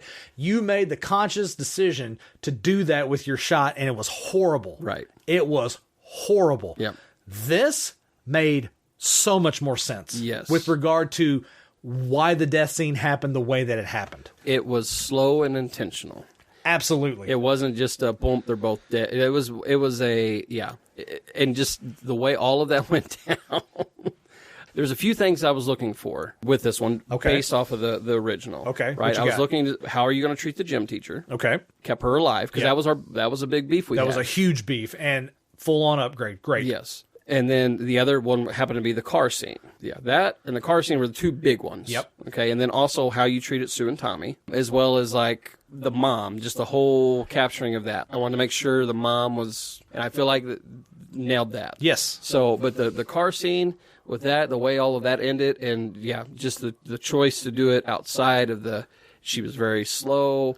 Yes. Methodical about just everything that whole sequence was a huge upgrade, like you said. I'll be honest, I feel like the movie, basically from the moment that he was picking her up at the door, we already knew what was going to happen, that whole sequence. But it was still good. But it was still, I feel like, way better than the original. And the huge beef that you had, the big beef that you had from the original Carrie, was that long, drawn-out shot of the damn rope on the bucket, just the way they shot it. It was just so silly, so unnecessary. It was a waste of time. This one, I felt like they did it the right way. Sue basically just comes right in and is like, hey, no, look, this is what's getting ready to happen. And the teacher taking her out and, intentionally locking her out of the gym. She thinks she's there to ruin it. Yeah. Some of the notes that I made, this version was structured way better and just made more sense. The pacing, the shot selection, everything about it was just so much better. Yeah. The decision-making that they did. I think it was a thing that I had mentioned on the last time when we covered the original Carrie was just do another rewrite of the script. Right. And clean it up. Right. Just clean it up. Yeah. And I felt like this one was like, it was almost like, we listened to that Dude What podcast and they had a lot of really good notes. Then we went back in time and Quantum Leap.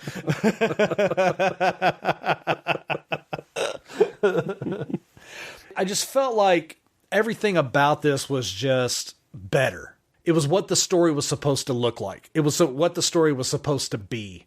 We had talked about it on the original one, how the original ending, I guess from the book, is just boulders and rocks just start raining down on the house. And they were able to do that with this. Yeah. It was crazy to watch.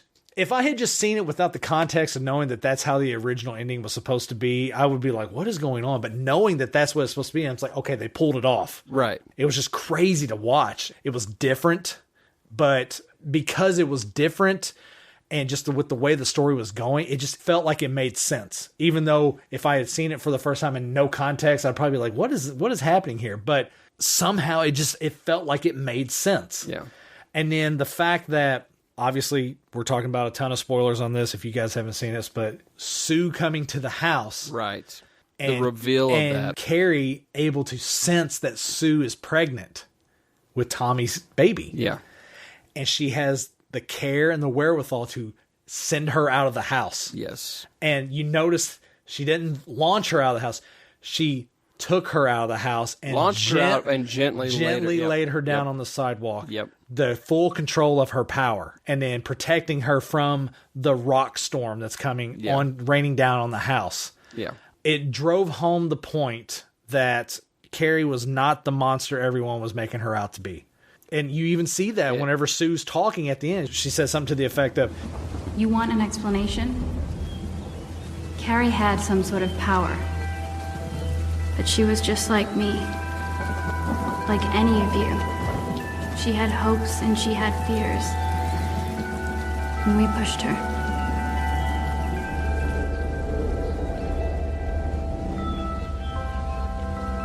And you can only push someone so far.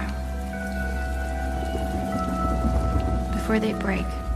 She knew. She knew that, like, she's not a bad person. She's just misguided and mistreated and really alone for the most part. Yeah.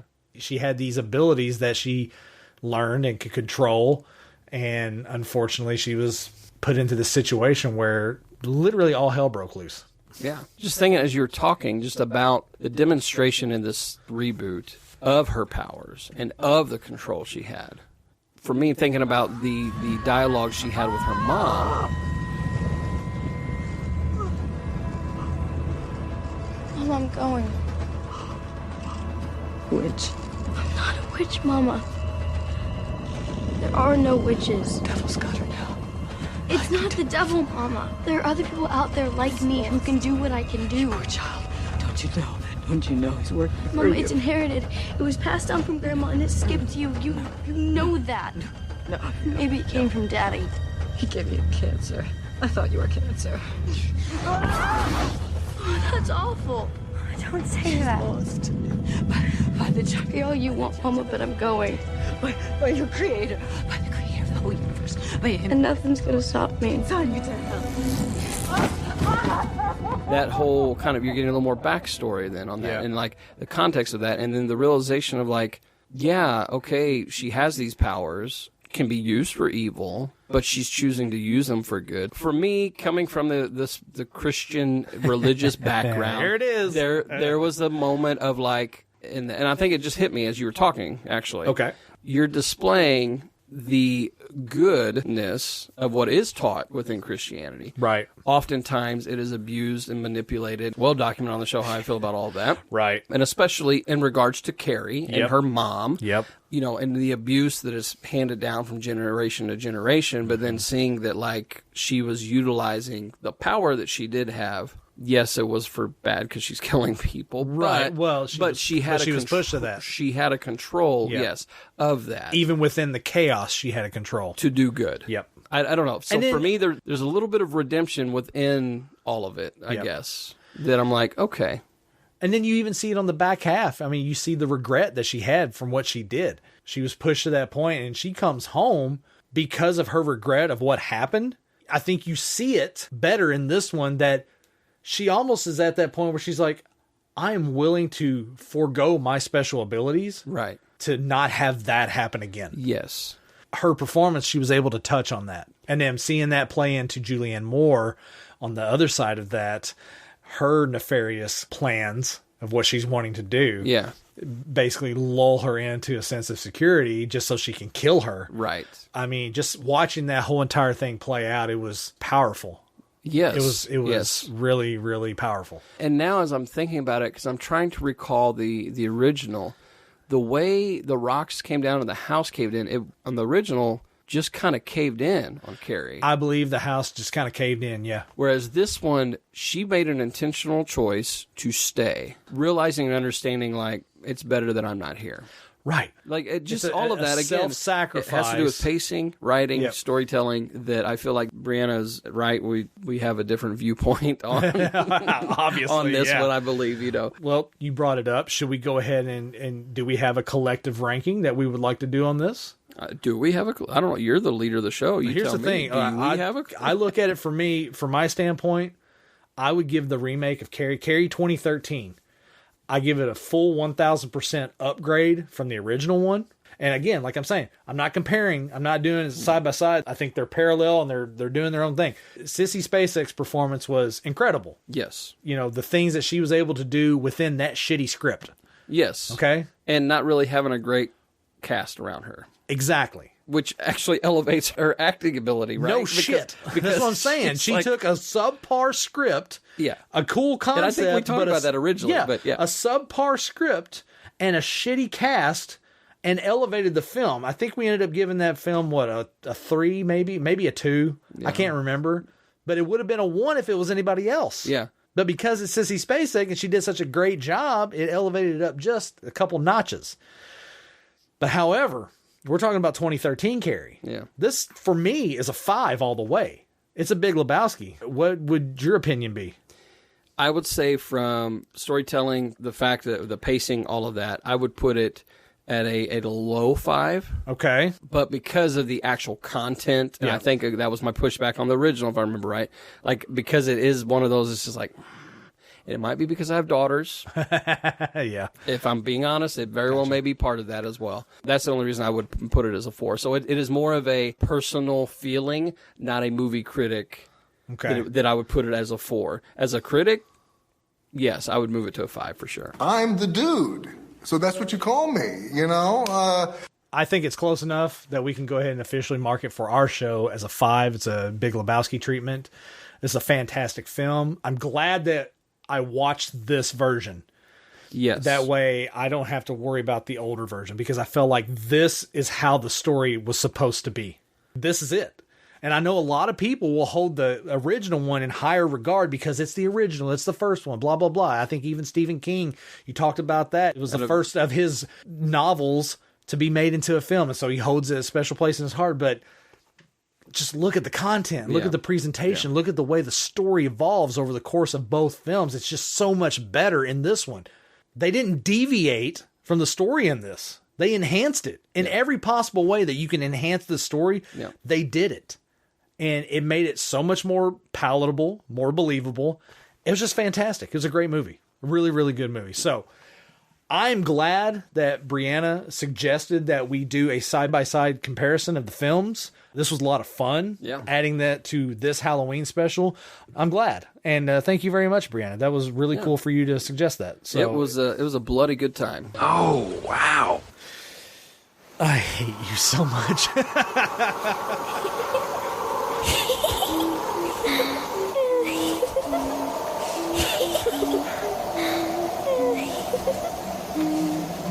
All right, Jim, that was horrible. You're a horrible person, and I think you should be hit with a ton of rocks from the sky. We're going to move on to our next segment now. Uh-oh. Trick-or-treaters at the door, Jim. I believe it is your turn to answer the door, sir. I believe you are correct. Reach into the witch's mouth. Treat. Oh, you got a treat. Nice. I did. All right. Here you go. I think you'll like this one. I think you're going to have some fun with this one, actually. Name a costume you think you could totally pull off that others might think otherwise. And you can't say FedEx driver. Never say that again. Well, I was thinking in the vein of that, but yeah. That I think I could pull off. I was going to say Yukon Cornelius, but we know that I think we know that I could pull that one off. So, and other people would say that as well. So, yeah. You know what? I've been joking around our office because we were joking about doing a Halloween costume party, and I was talking about shaving my face for this. Oh God. Which would be a really big deal. Yeah. But I was talking about dressing up as Paul Blart, mall cop. Hell no. Leaving the cheesy mustache. Yeah. Horrible, Jim. No. As your friend, your brother, your co-host, no, I'm not allowing that. I'm not going to stand for that. That is not happening. Not in this lifetime. Not in the next 20 lifetimes. Well, that's what my wife said. She's like, I like some of the people you work with, but not that much. So she would have to be seen with you, right? And I'd have to have a mustache, just a mustache. No. You guys listening, right into the show. Hey, you guys at dudewhatpod.com. Let us know what you think about Jim and his porn stash. I mean, his Paul Blart mustache. If he should do that or not. I'm thinking no. And anyone that writes in says, yes, I'm going to drive to your house and rain rocks down upon your roof. In all fairness, I can't ride a Segway either, so. You're not good at Segways anyway. Well played, well played.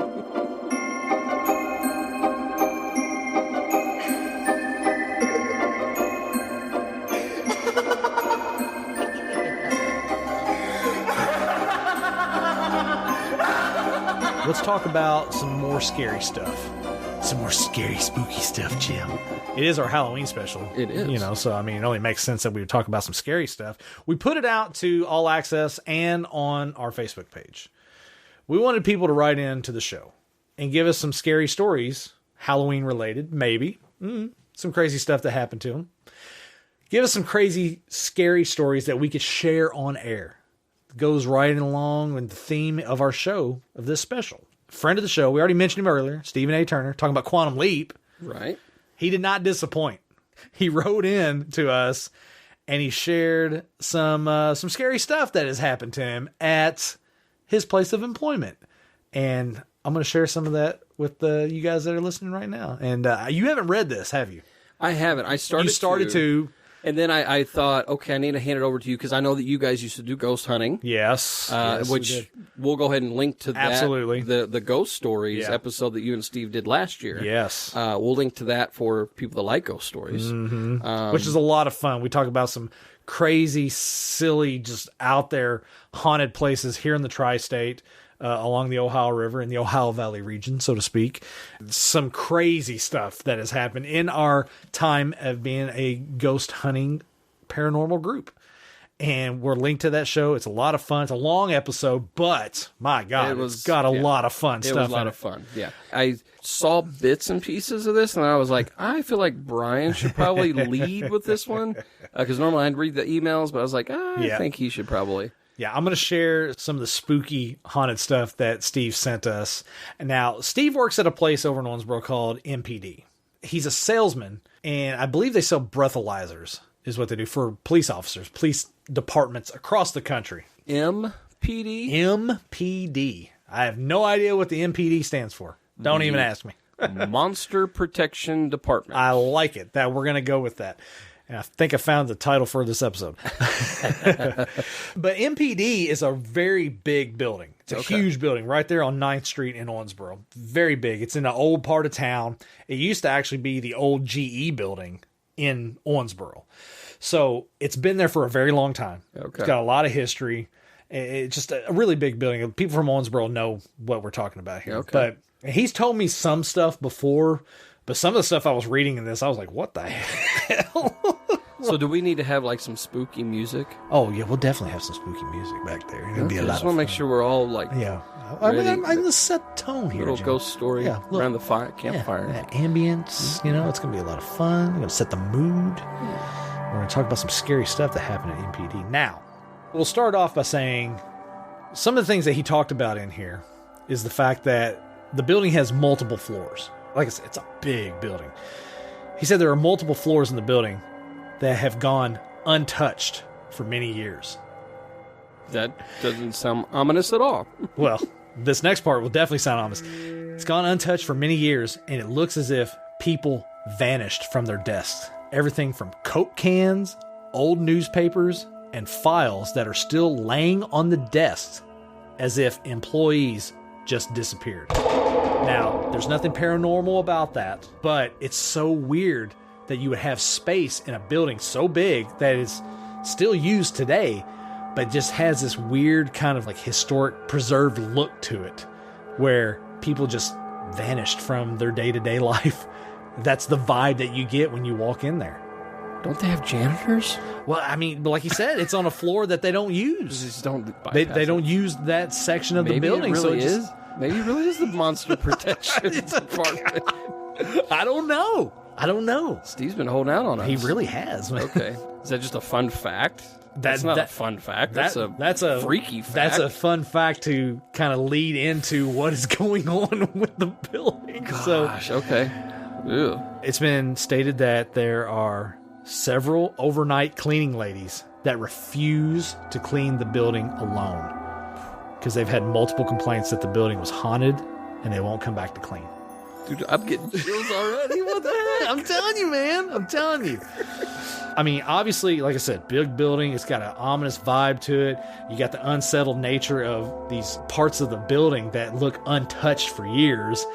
And then, so now let's just start talking about some of the stuff that has happened to Steve. I wish Steve was here to tell us about it. Right. This has been so much fun if Steve was here. This has been great. All right. He said one time he was walking down the hallway, and there's a conference room that's off to the side of the hall that's near the front exit. He said he saw a person coming out of that room, out of the corner of his eye, and it made him stop to allow them to come out of the room without running into them. He didn't want to bump into them, so he stopped. When he looked up, there wasn't anyone there, and the conference room that the person supposedly came out of was completely dark. I'm telling you, man, when he sent this to us, I'm reading, I'm like, what the hell, man? So, same conference room. Okay. Same conference room. He had to come in to get some equipment together on a Sunday before he left for a trade show. Like I said, Steve's a salesman. You sell these breathalyzers. He has to get equipment together. He goes off, sets up a booth.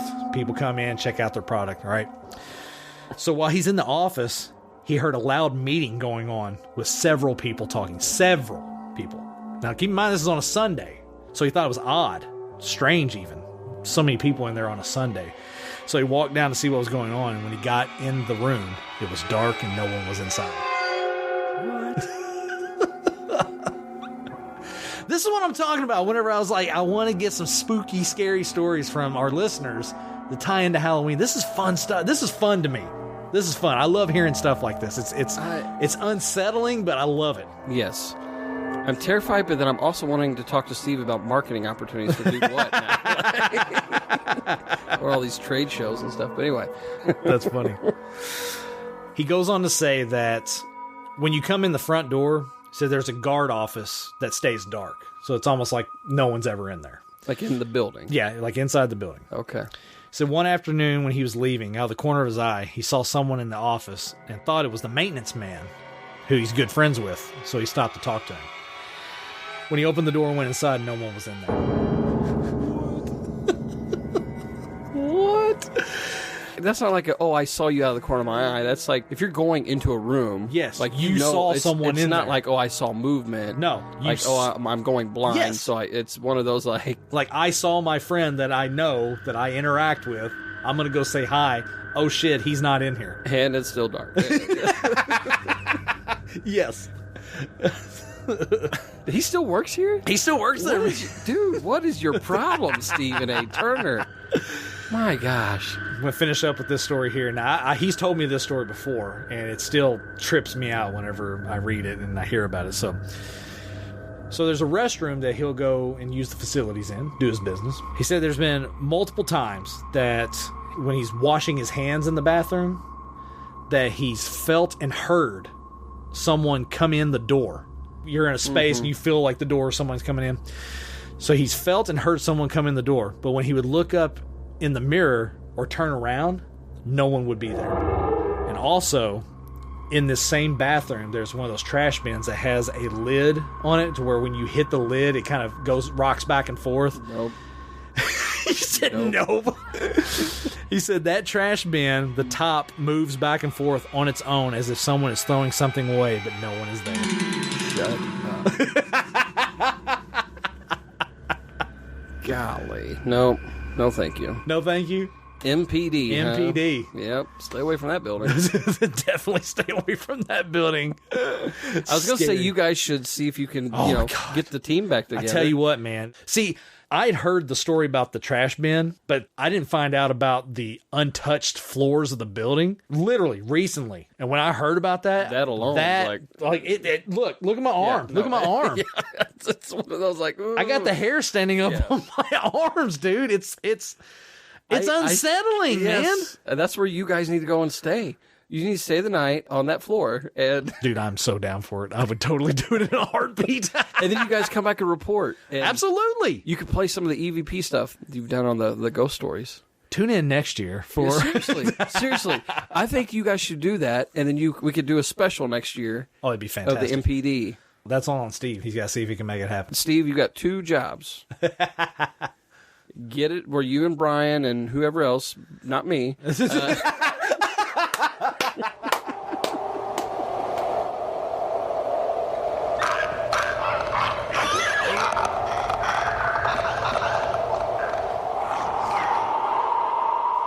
All right, Jimbo, we had a lot of fun recounting Stephen A. Turner's fun paranormal excursions over at MPD.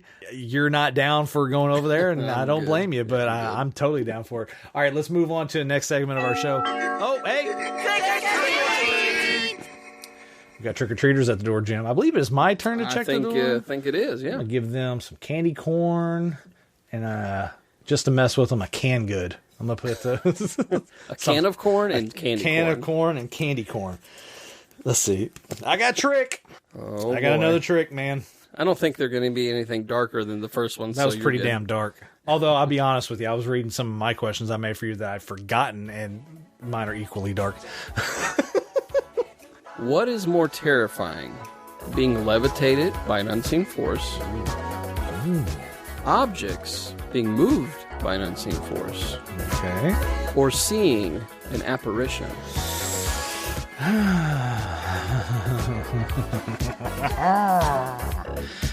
Well, gut instinct tells me that being levitated by an unseen force, I would think, would be probably the thing that would be the most unsettling and scary.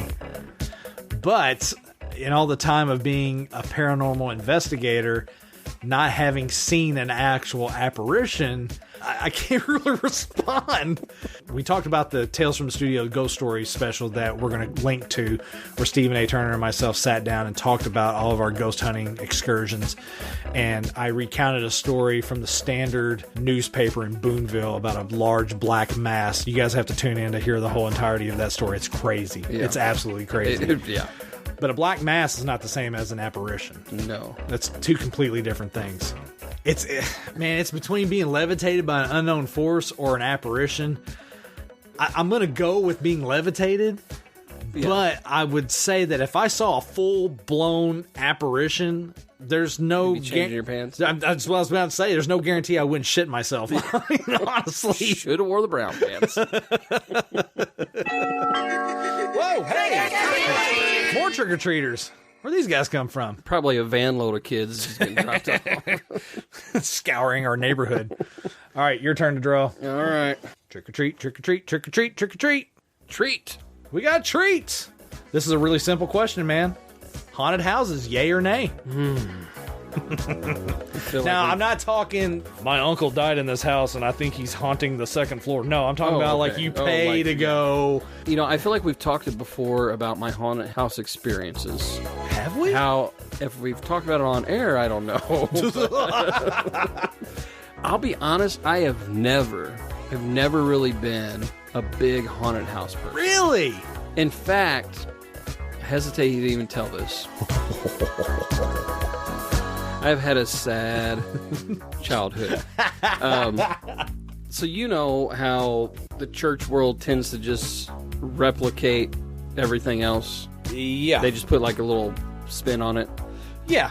Take something and just really strip it down, homogenized. So there are some churches that have done haunted houses. Okay. Which seems a little different.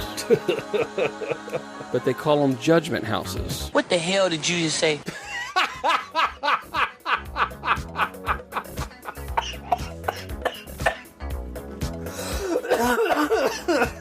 And what the hell is that? They're literally designed to scare the hell out of a person. Yeah, I think we should just leave it there. I shouldn't give you any context. I'm learning so much people be like, about religion from this podcast. They'll be like, what the hell is that all about? Yeah. Judgment houses. What? So it's one of these things where they will set it up and you have different rooms you go to, and it's almost like a moving play. Okay. I got you. And you start out, and it could be whatever the scenario is, somebody dies in it. Usually there's a couple people. Goddamn, this is getting good. And one goes to heaven and one goes to hell. As you go through the rooms, the story plays out. And then at the end, it's a, hey, give your life to Jesus kind of thing. Because you don't want to go to hell. Is there not an alternate path where you can go to hell and see what that... There is. No, that's the thing. That's the thing. There's a room that they have the heat cranked up. They have like all these portable heaters in there, and they've got it's all red and like flamey, and then there's people groaning, and like it's supposed to be terrifying. The way I just described it sounds more like a cheap porno, but like it.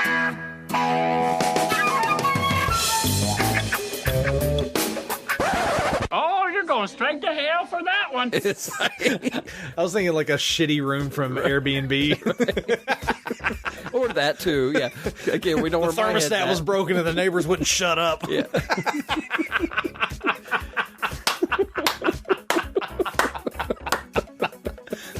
The Yelp reviews on this Judgment House suck. That sounds terrible. Yeah, it is a church's version of a haunted house. That is too funny. Yeah, I've only been to like maybe one haunted house, so I've never really done the haunted house thing. Oh, so. God. And that was, I don't even want to talk about that story.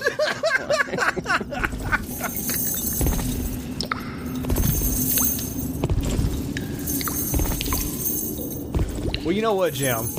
That actually works as a good segue into our next segment. This is kind of like a take on a segment that we do with you, Jim. Story time with Jim. Yeah. But this year, for our Halloween special, we're going to do a little story time with Brian. You want to hear a scary story? I'm freaking out, man. I told them that these are just scary stories. It's almost as scary as These nuts. Got him. And now, story time with Brian. You know, story time with Jim, we always talk about some fun adventures from your life. More times than not, religious themed, as the last trick-or-treaters spawned. One looked like Moses. That's why. There you go. Nice bathrobe. Right. So I decided I want to talk about the coolest haunted house that I ever went to. Okay. I love haunted houses. You haven't had the greatest of experience with your judgment houses, but I love haunted houses. And the thing about haunted houses for me is that the one that I went to that for me was the coolest one that has stuck out in my memory. After I tell you the story about that, you'll understand like why haunted houses for me are kind of taking a dip, because it seems like haunted houses these days, it's really just people dressed up in a dark place, jumping out and yelling at you. Yeah. And not a lot of thought, not a lot of effort into putting on a space that terrifies you. It doesn't seem like that effort is there anymore. Now, there have been a few moments here and there in certain haunted houses, you know, especially here locally. You know, you have the Catacombs, House of Lecter. There have been aspects of those haunted houses that have been, you know, entertaining from a haunted house standpoint. Especially they had one called the Asylum probably about 10 years ago. Yeah. They haven't opened that one in a long time. That one had some really cool effects in there as well. But overall... Zombie Farm, the Civitan Zombie Farm over in Newburgh, they put on a show. Okay. Like when you go to Zombie Farm, like you were saying, you know, Judgment House, you know, you're going from room to room and it's basically a moving play. Yeah. That's what the Zombie Farm is. That's what they try to do. The only problem with that is when you have people who are like terrified and they freeze up instead of moving along through the thing, and it puts a bind on everyone else trying to enjoy the experience. Gotcha. They're trying to tell a story, and you're supposed to move through the story. Even if it scares you, you still move through the story, but then you get people that screw that up. So I understand the concept of Zombie Farm, but unfortunately people screw it up. Yeah. Okay. So for me, by far, hands down, coolest haunted house I have ever been to in my life. I would say I was probably maybe 11, 12 years old, maybe a little younger, maybe around 10. This was over in Davis County, Owensboro, Kentucky. That's where I grew up, from Owensboro originally. And there was a haunted house that these people, they had literally bought an old plantation home out in the country. Whoa, okay. Yeah, it was just an old beat up, not quite run down, but just a beat up old white house. It was a plantation style home, maybe 3 floors. It was a big house. And I remember it vividly in my memory driving out to it. We were driving and driving. Of course, I was young, so it felt like it was driving more than what we were. But It just felt like we were driving forever out into the country. And then we come around this curve, and there it is. It's right there. It's like, okay. So, walk up to this place. Like I said, it's just a big house, right? They let you in. It was like groups of like maybe 6 or something like that. Those are the best ones, when you go in small little groups and then they give you enough room to actually enjoy the haunted house. When they just try and cram you through like they do at Catacombs, it's not fun. Because you just end up with like 20 different people that you have no clue who they are. At that point, you're just like, just get me through here. Just get me through. And you already know what's coming because everybody's like butt cheek to butt cheek, basically. Right, so, yeah. That's a great way of putting it. So you go into this haunted house. First thing you do is you step through the door.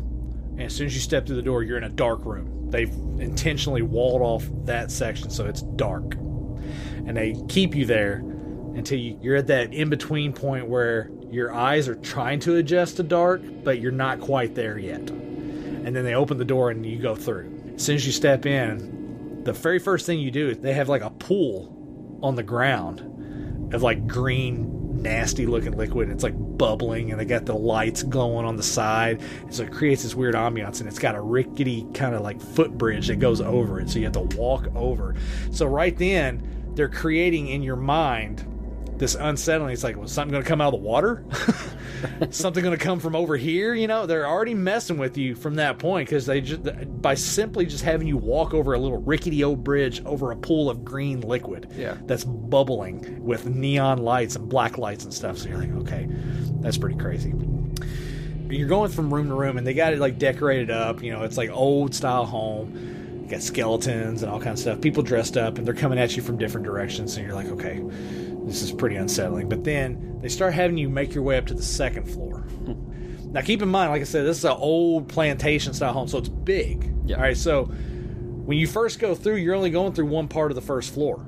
You're not even going through the whole first floor. Okay. They take you through one part of the first floor, and then they move you up to the second floor. So you come up to the second floor, and same thing. You're encountering different people dressed up, and they're coming out from different, doing jump scares and all kinds of stuff like that. But then they take you into this one room. As soon as you step into the room, it's different from the other rooms, because the other rooms are like dimly lit or just completely dark. This one, completely bright.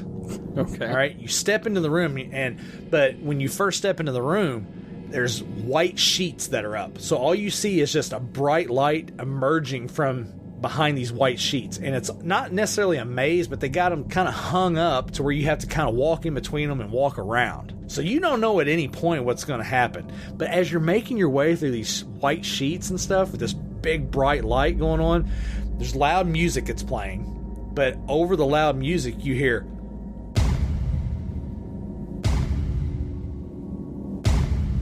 and it's getting louder and louder and louder, and you don't know what the hell's going on.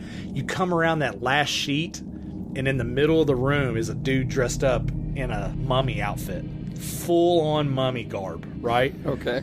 He's holding a giant screw, like it's huge screw. He's holding it by the cap. He's holding it right in, and he's banging it on the floor, and he's walking towards you. And at that point, you have no choice but to run. Because he's coming at you. Yeah. And so you dart, like everyone just darts past him as he's coming at you. That visual, and there's like a strobe light going on too behind him. So you have the white going, you have him banging on the floor, the loud music, and it's just getting louder and louder, the strobe light going on. It's messing with your senses, and you just take off running past him. It's crazy. It was unsettling. You know, we talked about nightmares earlier. Yeah. That was the stuff of nightmares for me for a long time. That stuck with me because it was just so trippy. So once you get out of that room, you're like, okay, there would be a moment of like catching your breath. But as soon as you come out of that, it's like a narrow hallway that leads to stairs that go downstairs. And as soon as you come out into that hallway, there's a guy with a mask, like a crazy, crazy mask. And there's one light over his head, and it's like an orange glow. And he's slowly walking towards you, but you don't hear him. Like, you don't hear him. People are coming out in the hall, and they're like, where do we go? Because it's so dark. But at the end of this hall, it's just one orange light, and he starts creeping towards you slowly. And you don't hear him until someone spots him, and then everyone freaks out. And then you dart down the stairs because he's coming at you. I mean, he's coming slow, but he's coming at the right amount of speed where it's like, oh God, I really don't want this guy coming at me. Yeah. You know, the unsettled nature of him coming out. And they did a lot of really good misdirection. It's like your focus looked at one thing, but then this guy's coming from a different direction. Right. And it just messes with you. And that's the one thing that I really appreciate about this haunted house, misdirection. It's like the number one thing that you can do in a haunted house to get maximum effect for scaring people. Always use misdirection. Put them in a confused state. Yeah, absolutely. For sure. Absolutely. And talking about that leads up to the big part of the haunted house that really ties it all together. After you make your way down the stairs from the guy creeping at you down from, you know, at the end of the hallway, takes you downstairs back to the main floor, and you're working through, you know, a couple of the rooms that are there, and it's like, you know, they got stuff set up, you know, more people coming out doing jump scares. It's dark. They got little strobes going here and there, messing with your senses, but it leads you into this interior hallway.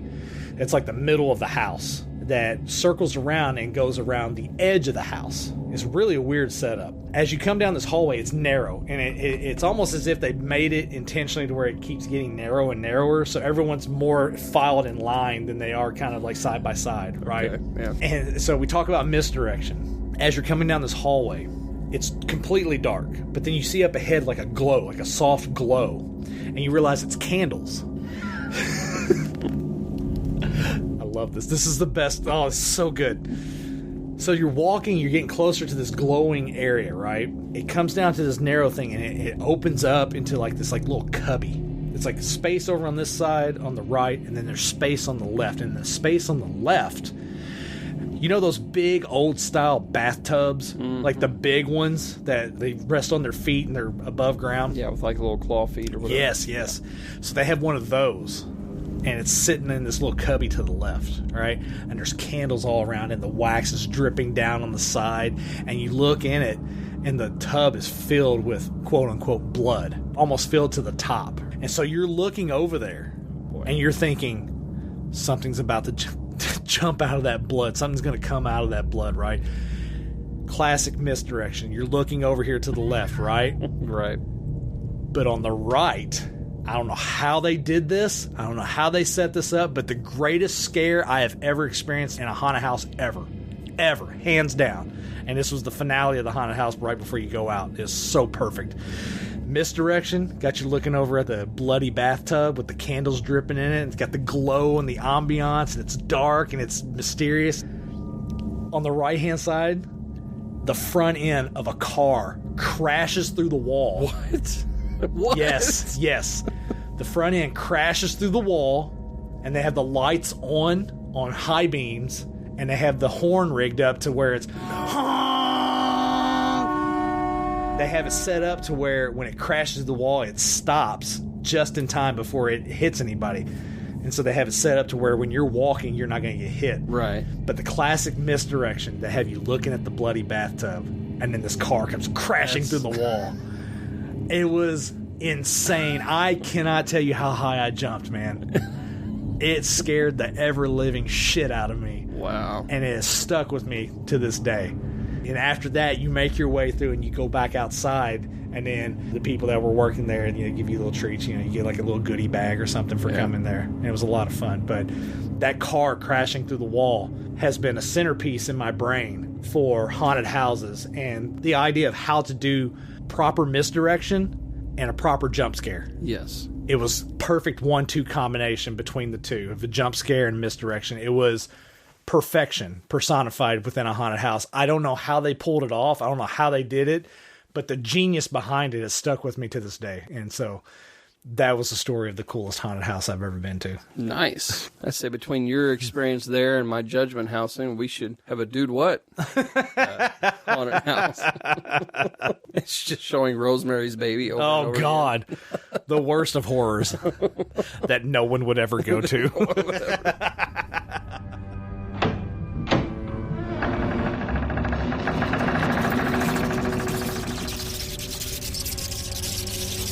All right, Jim.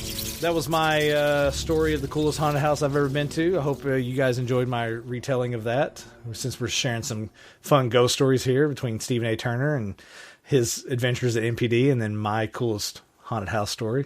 A lot of fun. Your Judgment House. I think your Judgment House is more terrifying than my haunted house. Mine was just fun and cool. Yours is like depressing and like guilt-ridden. Right.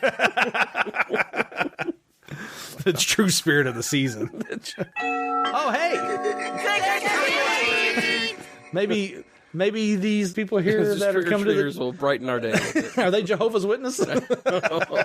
Oh. All right, Jim. My turn to draw. I'll take care of these trick-or-treaters myself. That was dark. Let's see. Oh, hey, I got a treat. Nice. Okay. This is kind of low-hanging fruit. Elvira or Jennifer from Jennifer's Body? Oh, God. You're right. This is low-hanging fruit. Elvira, dude, all the way. Are you kidding me?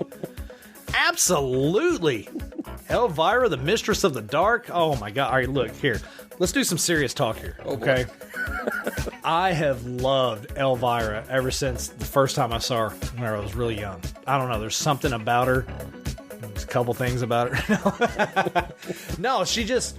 It kind of harkens to that whole Morticia Addams kind of look, that goth beauty. When I think goth, like hot goth or something like that, that's what I think of in my head. I don't think of any of the chains hanging off the lips and crap like that and the weird make. No, I always think of Elvira. To me, Elvira is is Halloween in a lot of regards. You know, she do those Halloween specials and stuff, TV specials and things like that. She's an icon. Yeah. She's literally a Halloween icon. Amazing. I mean, I think she's in her 60s or maybe even early 70s. Still looks amazing. Still does the Elvira stuff. She's outstanding. Love her. Told you, low-hanging fruit. All right, Jim. Now that we got the trick-or-treaters off our doorstep, we have something here that we are going to do that is so much fun for us. This is kind of the crown jewel, so to speak, of our Halloween special. This is what people have come to know us for, really, with regard to that Halloween special. This is a big deal for us. We have a lot of fun when we do this. We're going to do the Horror Icons Tournament of Death. Let's get ready to rumble! Jim, when we started this podcast, way back in our youth, 2017, man. 2017, we decided to go big or go home with our Halloween special, and we introduced the Horror Icon Tournament of Death. It's so much fun. We set the bar pretty high on that first Halloween really special. did. We really absolutely did. Horror Icon Tournament of Death. We took fictional characters from horror films, scary movies, and the such, and we pitted them in a combat to the death. I'm going back to roots on this one, man. Going back to our original roots, the old school Tournament of Death. Way back in the day, on the very first one we did, we had 4 number 1 seeds. The big bads. Yeah. All right. Back in the day, it was Michael Myers, Jason Voorhees, Freddy Krueger, and Leatherface. Those were our 4 big bads. They had automatic first round buys because they were the 4 big bads. They went straight to the second round. And then we had 8 other combatants that battled it out to go to second round for a chance to face them. Yep. We set it up NCAA tournament style, single elimination. You get beat, you're out. You're done. You're gonskis. Go back in our archive. DoWhatPod.com/specials. Check out our Halloween specials from back then. You got to go back and listen to the Tournament of Deaths. They're so much fun. There was a big Dude What reveal that first tournament. There's every Halloween special. I've rectified that since then. There's been so many reveals with regard to Halloween and you. You know, I should have seen the signs. If you had told me judgment houses before, I would have known all this. You would have been like, oh, okay. Yeah, everything else makes sense. Except for his love for the Leatherface. I don't know where that comes in at, but whatever. So I'm going old school again, bringing it back. We're going to have 4 big bads. Okay. 4 number 1 seeds that are going to bypass the first round, go straight to the second round. Our 4 number 1 seeds. Now, this is completely random. The 4 number 1 seeds, I picked them. I chose them specifically to be our 4 number 1 seeds. But their seeding and where they place is completely random. It's all completely random. We're not taking this shit seriously, guys. All right, this is just having fun. You know, there's gonna be one listener. Yeah, who's gonna be writing in. Come on, man! How do you get a higher seed than this other one? Just for the win. She would be the one. So, our 4 number 1 seeds this year. Are you ready for this? This is gonna be so much fun. This is all new stuff. All right, new territory. We're having so much fun. We're going back to our roots on this one. All right, first number 1 seed, the Blair Witch. Oh, okay. Hanging prominently here in the studio. Right behind you. Right behind me. My autographed poster of the Blair Witch Project. The actual Blair Witch is our first number 1 big bad. Okay. Our second big bad that's going to get a pass to the second round. Carrie White from Carrie. If I concentrate hard enough, I can move things. She's more than earned it. Okay. She has more than earned it. All right. 2 times she's appeared on our show. Kind of got rectified on this episode. She's earned the number 1 seed. Third one. He kicked off our show. Vecna from Stranger Things. It's time for your suffering to end. Timely. We've been talking about Stranger Things all season. Makes sense that he would be a 1 seed in this tournament. We've been talking about D&D all season. So yeah, it really just goes hand in hand. Yeah. And our last big bad for the Tournament of Death from the movie Scream, Ghostface. Hello, Sydney. Ooh, okay. Iconic. Dare we say iconic? You keep using the word. I don't think it means what you think it means. We dare. All right. The way we're going to break down this bracket is Jim and I are going to talk about the matchups, and we're just going to basically discuss it and see who we think is the winner and who advances on. And then we're going to crown one champion at the end of all of it. It's going to be a lot of fun. Are we ready to see who our combatants are in this tournament? Let's do that. All right. Our first matchup. This is in the Blair Witch portion of the bracket. From the Now, the way I have this set up, we have our 4 big bads. They're all number 1s. They go to the second round. The rest of we have 8 of them, and they're ranked 1 seed, 2 seed, 3 seed. 1 will be facing the 8, 3 will be facing the 6, 2 will be against the 7, and 4 will be against the 5. Completely random. None of this even matters. Our 1 seed from our random drawing from the movie Critters. All of the critters. Oh. Little alien bastards. Gosh.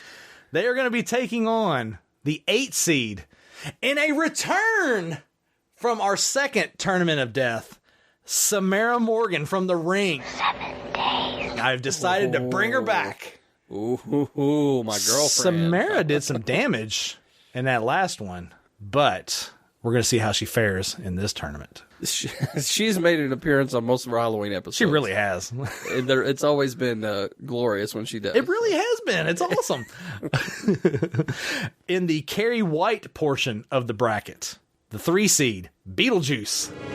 It's showtime. Is going to be taking on... Okay. All right. You're going to be taking on the 6 seed from the movie Tremors.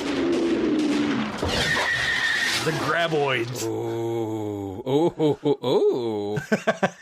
Okay. I'm thinking about the movie Beetlejuice, and the Graboids kind of plays a role. Okay. All right. Let's jump it over to the Vecna portion of the bracket. Our 2 seed from the movie Misery. Don't even think about anybody coming for you. Annie Wilkes. Taking on the 7 seed from Hocus Pocus. Sisters, prepare thyselves. 'Tis her life force. The Sanderson sisters. It's a handicap match. It's 3-on-1. But we'll see how... I don't know how handicapped that is, but all right. We'll see. We'll see how it plays out. And in the last portion of our bracket, the Ghostface bracket, the 4 seed, making his return from the first old school tournament of death, Mike Myers to Jim over there, Michael Myers to the rest of us, from Halloween, is making a triumphant return. I won't be asking you as many questions about him this time. Yeah, you got caught up on your homework. He's going to be taking on the 5 seed from Ghostbusters. It's the Stay Puft Marshmallow Man.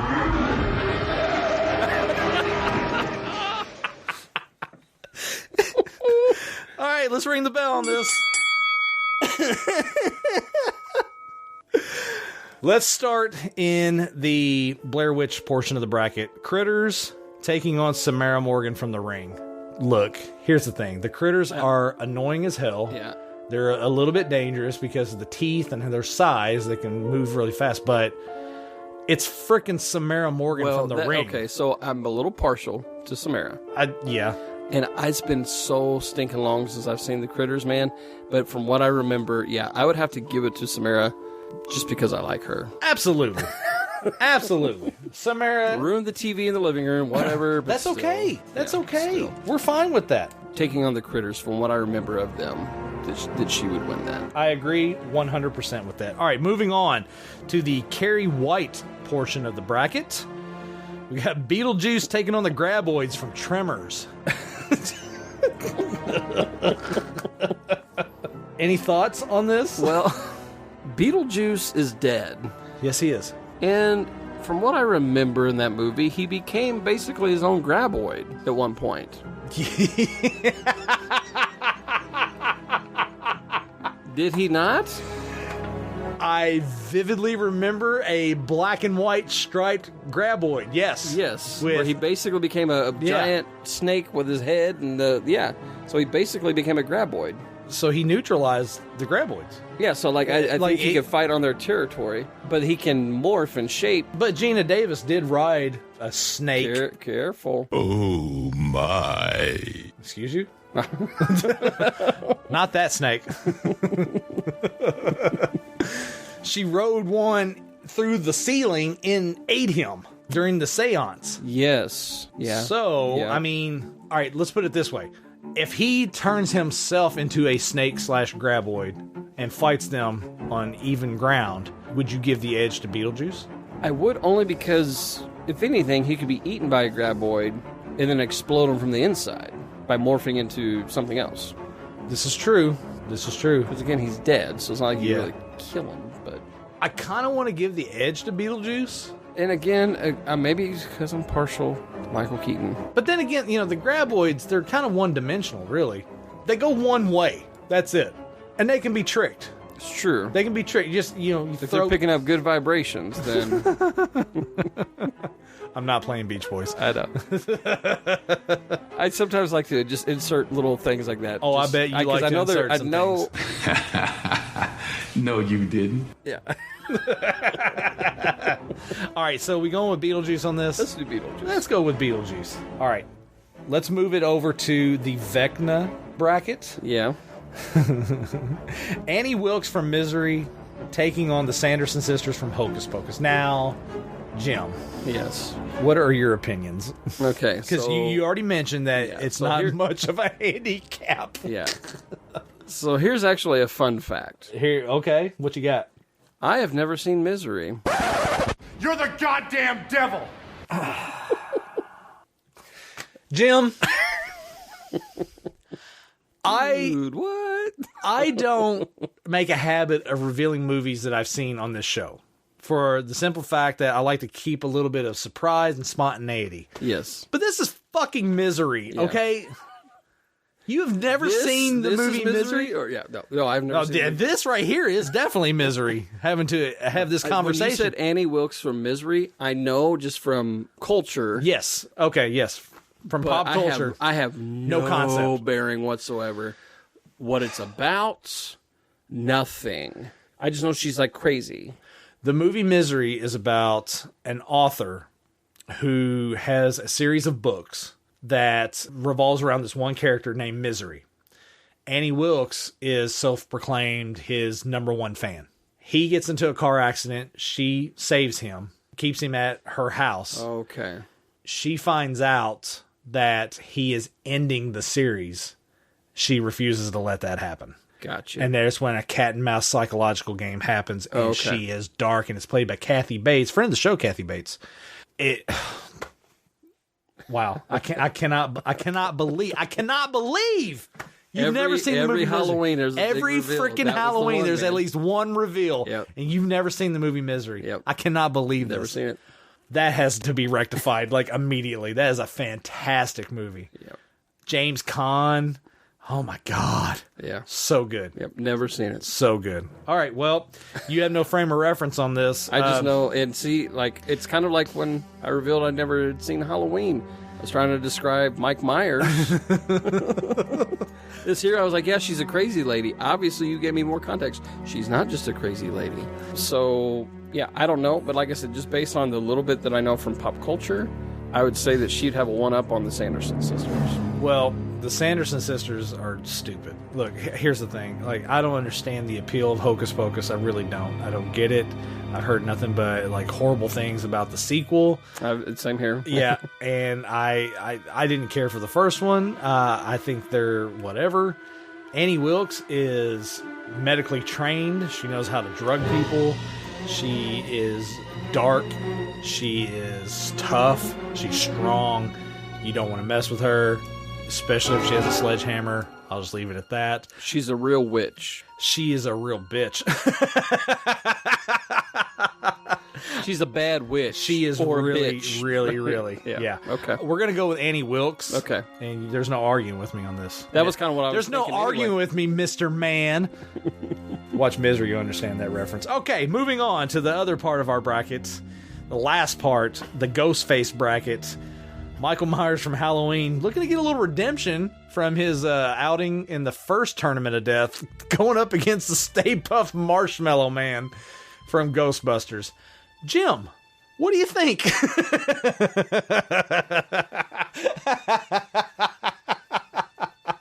Well, You're just like, what the hell are we doing? I don't know. I don't know. I don't know what to do with this. Well, what do we know about the Stay Puft Marshmallow Man? He's big. He's very large. Very large. Very large. Very fluffy. Really a happy kind of guy. Happy, yeah. Doesn't like fire. Well, Michael Myers is not a fan of fire.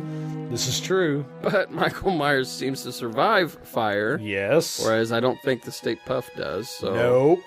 He's got that on him. Yep. Michael Myers carries a very sharp knife with him. With the slashing... That might be neutralized, though, because it's Stay Puft Marshmallow. Well, I don't know. Okay. Because I look at it from, like, typing words per minute. For him, it's like slashes per minute. Right? Like, are you saying, like, he started with a foot and just chop him down? I think he's like a chef show where he's, like, chopping an onion. Instead, he's just chopping the marshmallow into little mini marshmallows. Oh. I just see that. Well, what happens if he chops him into mini marshmallows and then there's, like, multiple Stay Puft Marshmallow Men coming after him? Well, I mean, I think he's chopping them up and throwing them in the pan, right? Like, just like in the fire. He's chopping them up like by a campfire. Yeah. He's just making s'mores with the Stay Puft Marshmallow Man. He stole some kid's chocolate. Michael Myers just sitting by a campfire with a Stay Puft Marshmallow making s'mores. He's got all the people that he's killed, their bags of candy, and he's just adding chocolate with the marshmallows. He's got chocolate and mallow cream smeared all over his mask. But the mallow cream just blends in with it, so like you don't know. That's why his face is white in the first place. It's just a man wanting a marshmallow. That's why he's so slow, because all the weight he's packed on. That's why he always comes out of Halloween. I just want a fucking s'more. That's all. Just Michael Myers with a pot belly. He's like, oh, that's why he's so slow stalking everybody. He's fat. He has no cardio. He cut up Graham. No, he was wanting a graham cracker. He wanted a graham cracker. He just wanted a graham cracker. He's making s'mores, damn it. Well, he killed Graham, yeah. But yeah. It's just... God. He's just a man looking for a s'more. He's just looking for a s'more, damn it. God, you gotta look down upon a man trying to find a delicious treat? I mean, that's my breakdown. You judgmental bastards, how dare you? This is Halloween, for God's sake. Anyway, all right, so we're going with Michael Myers. God. Oh, Jesus. Okay, that is the end of the first round. Let's ring the bell in the second round. All right, bring it back up to the top, man. This right here might be the matchup of the tournament. I think so. I'm putting it out there right now. I made a conscious effort to have more female representation in this particular bracket, in this particular tournament, and I think we have just nailed probably one of the biggest marquee matchups ever. Blair Witch, the Blair Witch, taking on Samara Morgan from The Ring. Talk about a dynamic matchup. Let's weigh the pros and cons on this. Samara, we already know her powers. She's brought through the VHS tape within 7 days, or at the end of 7 days. She comes through, she wrecks everything, and she is a force that you do not want to mess with. The Blair Witch, however, we're talking possession. We're talking evil entity. We're talking about being able to cover a large ground, literally the Black Hills Forest. Does it come down to a question of where this battle takes place? Well, if the Black Hills Forest has a well... Ooh. Good call. Because I'm also thinking the victims of the Blair Witch and the victims of Samara are very similar in how they are left. Yes. Very astute observation there, sir. Both of their victims are basically terrified. Absolutely. To death. But here's the thing, though. Samara doesn't screw around. No. I say that, but Samara also gives 7 days. That's true. The Blair Witch basically forces one victim to stand in the corner while killing another one, and then takes the other one in the corner. So where's the edge? Where's between the two toying? Because Samara gives 7 days, and the Blair Witch screws around with people. Who has the edge on that? Which one is more detrimental? Is the waiting the 7 days, is that bad? Because people are still getting wrecked after 7 days. Regardless. Is Blair Witch the type that is kind and rewinds? I'm thinking no. I'm thinking the Blair Witch does not rewind. The Blair Witch does not rewind VHS tapes. I think it's safe to say that we can assume that in this battleground setting, that is a very important detail that means absolutely nothing to what we're talking about. I was just thinking, like, if you're rewinding, does it extend just to mess with her? You said 7 days, I'm rewinding it, so now it's 14. 14 days. Ooh. You know, like... Does the Blair Witch have to pay late fees? Now, this is a very important... We should call the only Blockbuster left. If Family Video was still open, we could call and see if the Blair Witch has late fees that have not been paid. Okay, let's look at it in this light.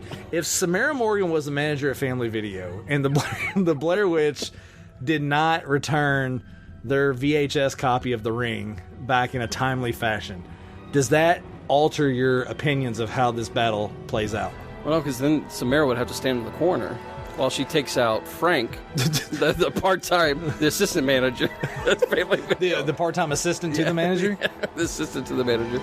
Well, how long do you think Samara would have to wait? I don't know. Do you think Samara waiting in the corner is a longer wait than the 7-day wait? 7 days, yeah. Ooh. Or less. Maybe less. I think it would be less. Does the Blair Witch take out Samara? This is bullshit if that's the case. Because Samara's waiting 7 days before she comes to attack, then... Man! I mean, this is a really whacked out technicality of all of this. It really is. I did not know that VHS rental protocol would come in so heavily in this battle, but here we are, Jim, and this is what we do. All right, this is one thing you did not plan for. This is the breakdown that we provide here on Dude What. Damn it! Did not factor in the VHS protocol. Look, here's the deal, man. If Samara's waiting around for 7 days, the Blair Witch is not going to dick around with this, as we say on the streets. No. All right, the Blair Witch is going to pull Samara out of the corner and go crazy apeshit. Well, here's the thing, because even though there's been a movie about the Blair Witch, there's still not a lot known about the Blair Witch. Right. Damn it. All right. It's the Blair Witch. We got to go Blair Witch. We kind of have to give it to her. It's the Blair Witch. My goodness. Which just makes me kind of sad. It makes me very sad. Can we play taps for Samara? That's probably sacrilege or something. Sorry. Yeah, we'll definitely do it. Okay. All right. The next part of the bracket. Second round matchup. Carrie White, the movie Carrie, taking on Beetlejuice. So, here's the thing. We're pretty certain to some degree that Carrie White is probably in some way associated with the devil. That's fair. Even though she is a sweetheart of a girl and she has been mistreated her whole entire life, it's not her fault. It really is not. She's just doing her best. She's trying. She's trying harder. She's definitely trying harder. It's all about redemption, damn it. Sticking with the season. It really is. Carrie is just trying harder, guys, to be a better, upstanding citizen and not kill as many people at prom. So, Beetlejuice is dead. Mm-hmm. Does being dead have a positive or negative effect with regard to dealing with aspects of the devil? You are the religious person, weigh in. Well, I was going to say, based on both the original and the remake of Carrie, there's a hint that she's not dead. Right. So let's say she is dead and comes back. Okay. So that puts her and Beetlejuice on even ground. Fair. Now, he kind of plays around in that realm, but she doesn't really play around. No.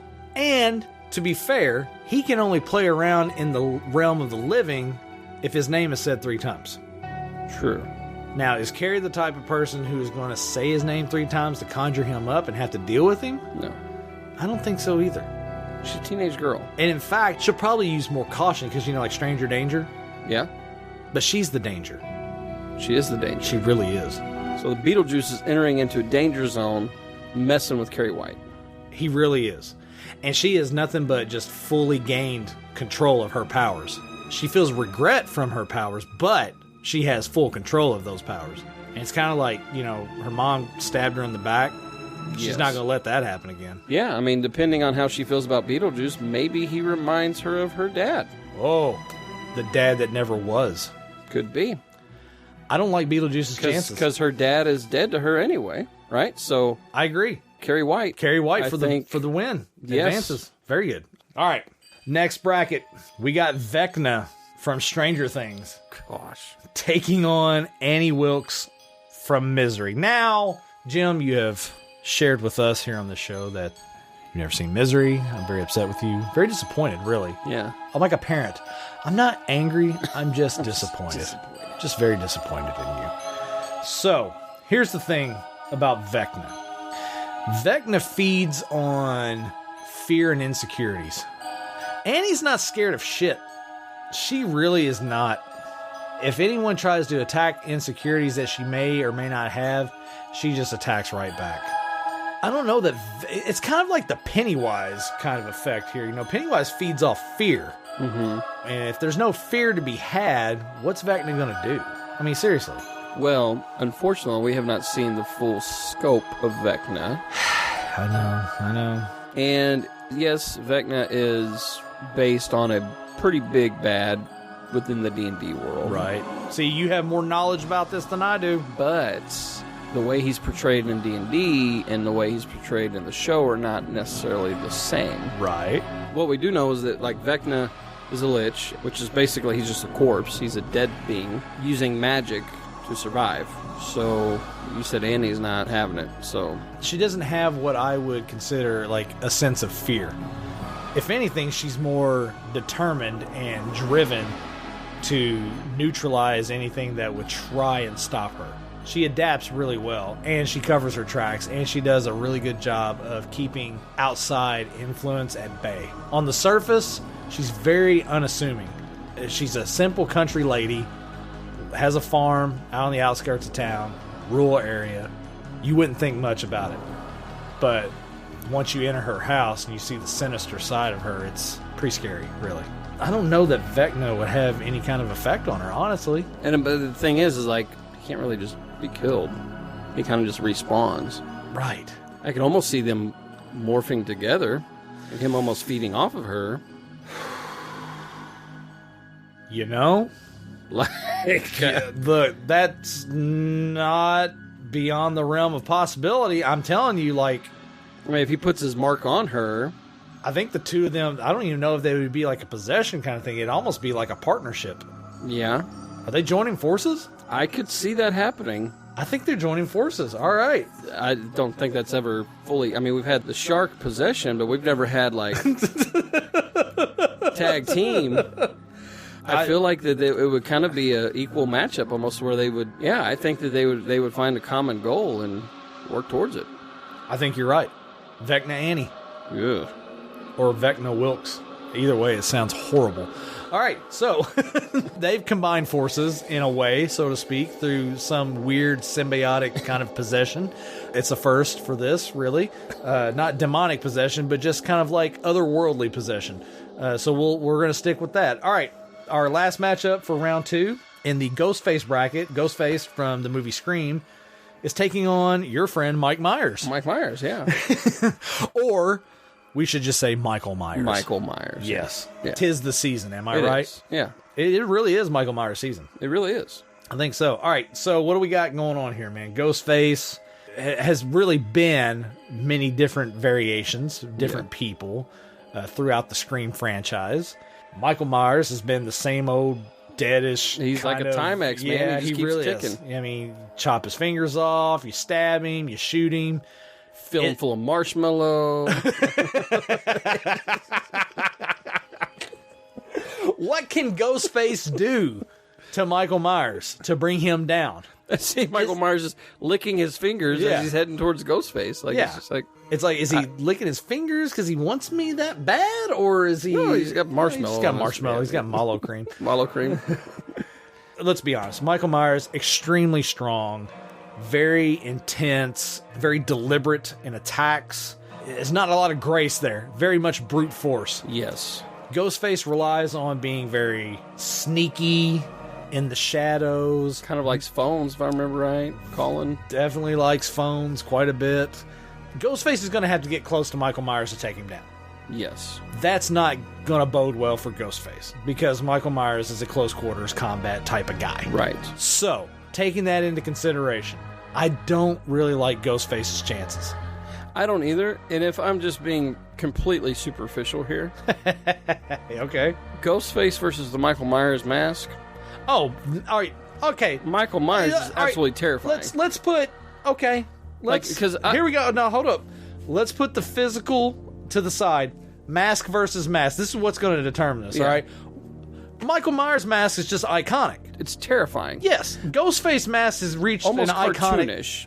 Well, it's reached an iconic status, but yes, more cartoonish, more apt to be goofy and more appealing in regard to being like fun. Yes. Whereas the Michael Myers mask is just soulless looking, dark, distant, just evil.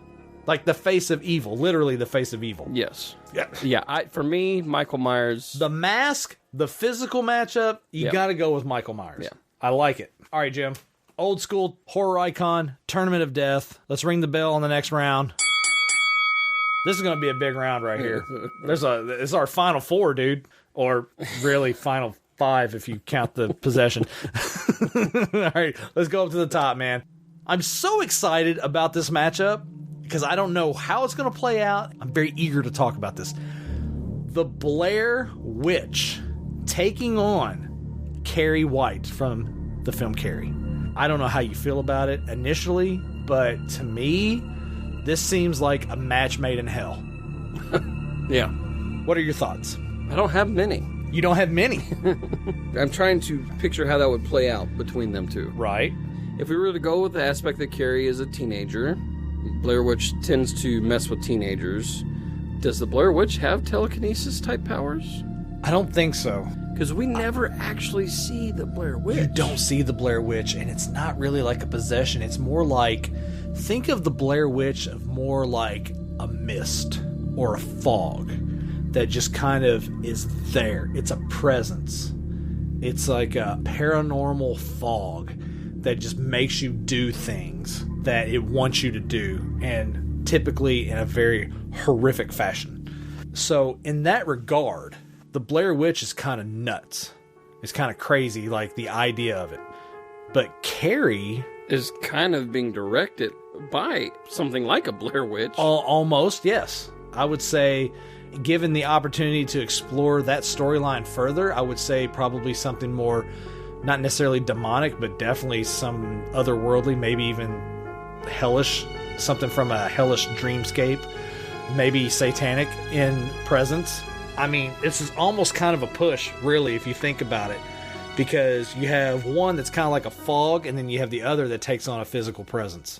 Yeah, and they're basically the same entity, other than that. Yeah.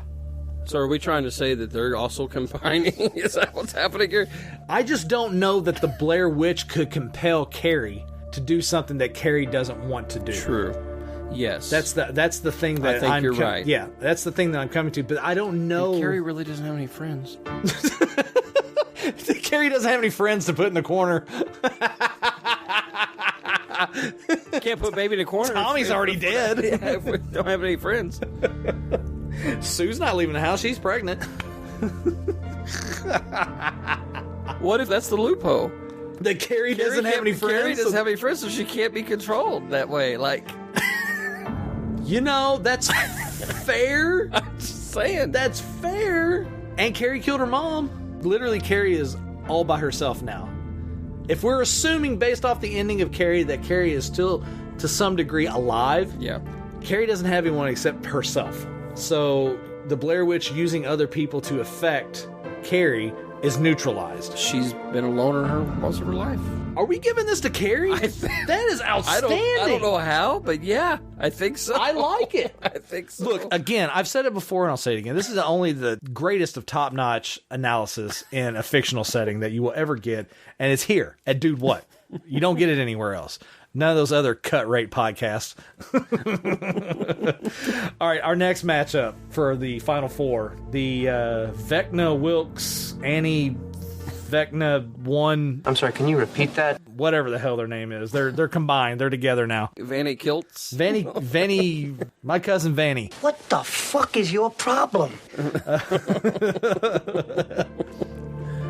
Vecna and Annie joining forces in one condensed body, taking on Michael Myers. Here we are again. We're back to the same discussion that we had in the previous round. Yeah. Talking about the idea of fear and insecurities, things that can be fed on from an emotional standpoint that help fuel the fire for Vecna in this setting from Stranger Things. Because Vecna fed off of those who were having emotional troubles, those that were distraught. Yes. The things, these people that had regret, had issues that they were dealing with in their personal life that they talked about with their counselor behind closed doors. Vecna fed on that, used it as his fuel. And Michael never really talked to his therapist, so...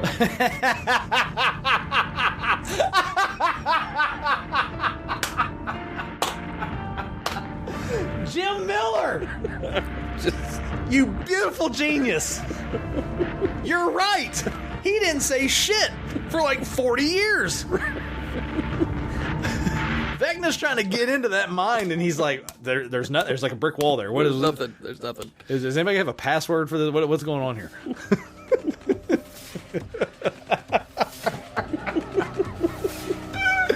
So I think Vecna's I picture Vecna with like a tie sitting at a desk, and his boss comes in. Hey, did you crack that code yet? I cannot get anything on this He's just got a stress ball in his head. Stress ball in his crazy hand, and he's typing with the other. I got nothing.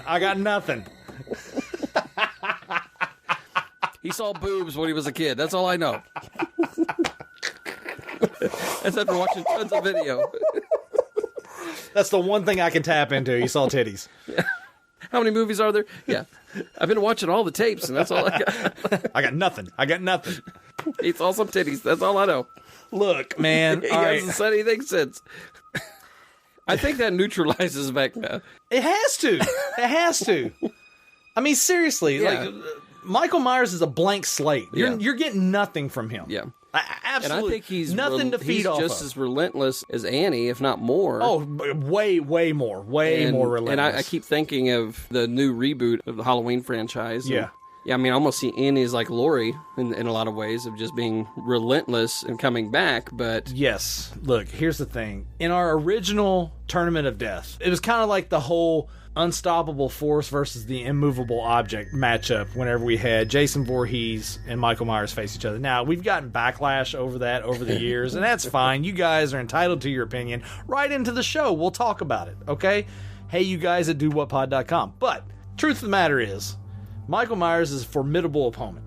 He has attributes about him that make him very strong in this setting. Yes. For sure. And it's all about matchups. It is all about the matchup. And the matchup right now between Michael Myers and Vecna Annie, like we said, we've neutralized the Vecna aspects of it. From an emotional, spiritual, mental aspect, Vecna's got nothing on Michael Myers. He's getting nothing. So now it becomes down to a physical matchup. Even if Vecna takes a physical form and comes into the real world, can he do anything to Michael Myers? He's freaking strong. In the mind, Vecna is probably king shit. But he ain't getting shit off of Michael Myers if you're trying to go into the mind fight. Yeah. Because there's nothing there. Michael Myers doesn't need to run up the hill.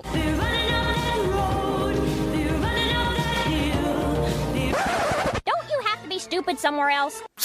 Like, he just... Everybody go home. Everybody go home. We're not doing any better than that. Wow, Jim Miller. Wow. I'm just saying.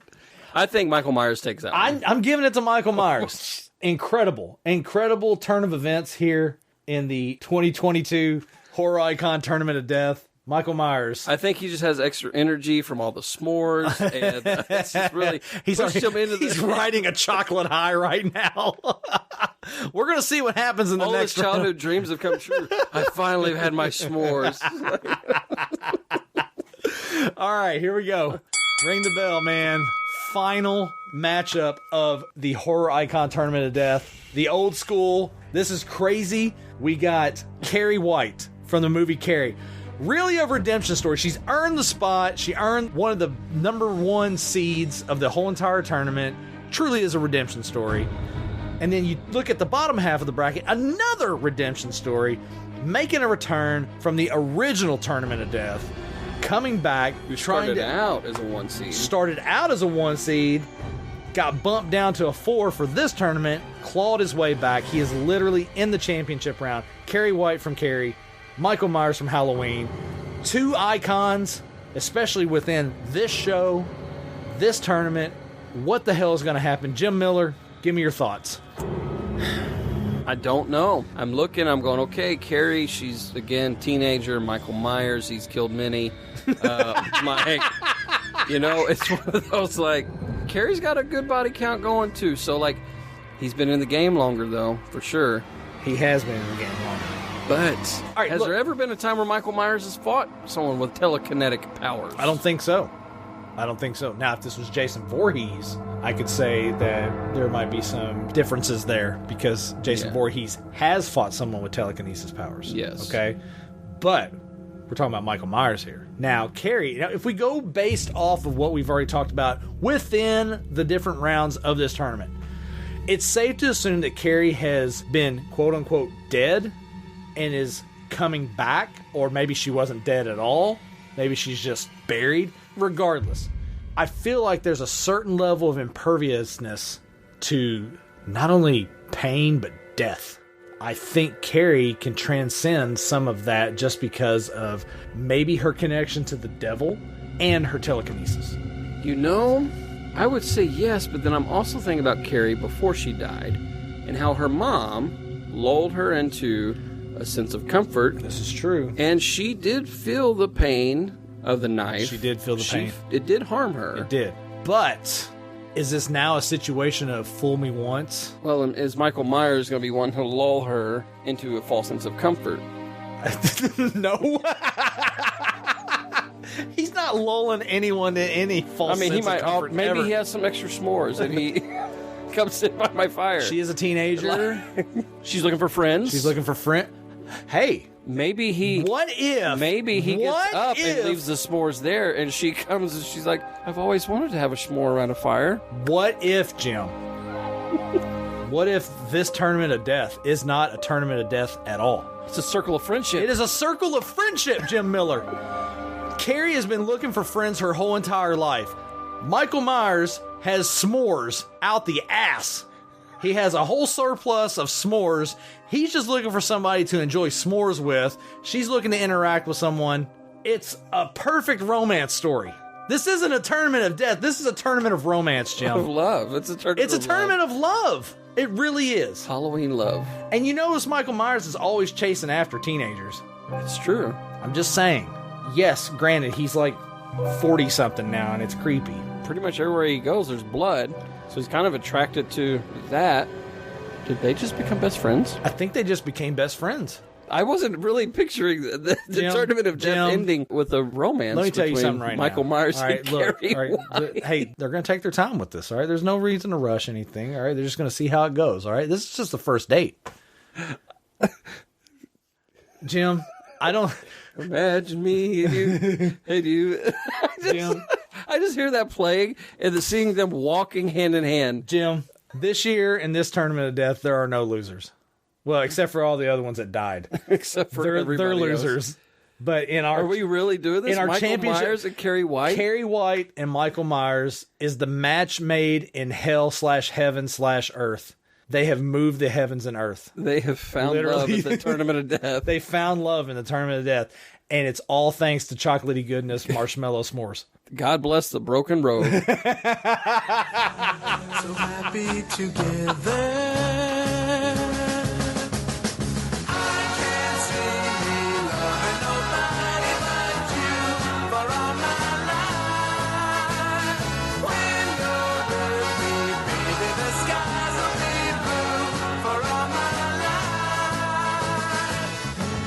Jim Miller. I never thought that our horror icon tournament of death would turn out like that, but it turned out to be a love story. It really was. Two desperate, lonely hearts found their way in this tournament to each other.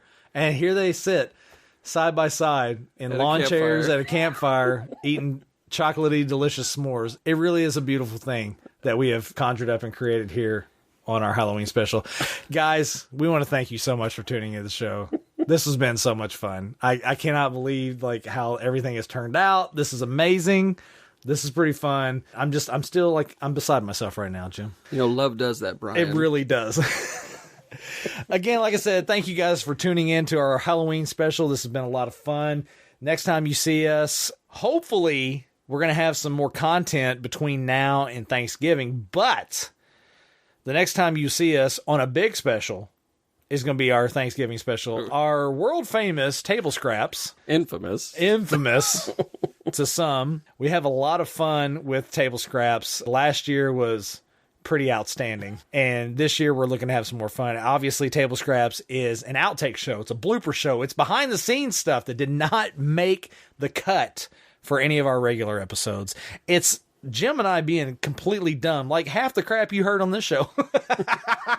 It's all the stuff that never made it to air. It's the stuff that never made it to air. So imagine like the stuff you heard on here, and then now what you're going to hear at Table Scraps. It's going to be insane. But we always have a lot of fun. I roll out these behind the scenes reels. They're all themed. And Jim gets to hear them for the first time, and we listen to them and we react to them. You guys get to hear us being complete idiots behind the scenes, saying and doing things that we probably should not do. That's punishable by death in some countries. But here on the show, it's just for wacky fun. That's all it's for. So our holiday specials are going to keep on rolling. Like I said, we're going to try and pump out some more content between now and then. I got a movie that I want Jim to do for a homework assignment, the movie Dutch. Hopefully we can get that going. We've got some side tables we're going to try and do along the way as well. Hopefully, fingers crossed, you guys got to hear our side table for Halloween Ends, but I have a feeling I probably won't be able to get to that until after this show drops. So it'll be somewhere around in that time frame. If I don't get it before Halloween, it'll definitely be in the first week in November. So you guys will have that to look forward to. A nice little conversation Jim and I will have talking about the third, better be the final installments of the new run of Halloween movies. My God. With the name Halloween Ends, I would hope, you would think, right? But then, you know, Saul put out a movie every year at Halloween for like 28 years. Sure. So It's true. But hopefully we're going to have some more of that content coming to you guys, and it'll be a lot of fun for sure. As always, you can check out everything that is Dude What related at dudewhatpod.com. We got blogs on there. Our specials, holiday specials, like I said, dudewhatpod.com/specials. Get caught up on all the Halloween stuff that maybe you haven't listened to in the past. I mean, if you guys are coming to us for the first time now, welcome to the show. Yeah, hi. Hello. But there's so much in the archive that you guys have no idea if this is your first time tuning in. Go back and check it out for sure. We got our written reviews on there. We got our history on there. It's a lot of fun. Also on our shows, we have show notes. And in those show notes, you'll find all kinds of links. Those are Amazon links. You click on those, takes you over to Amazon, do shopping over there. Doesn't cost you anything extra, doesn't put anything in your cart that you don't know about.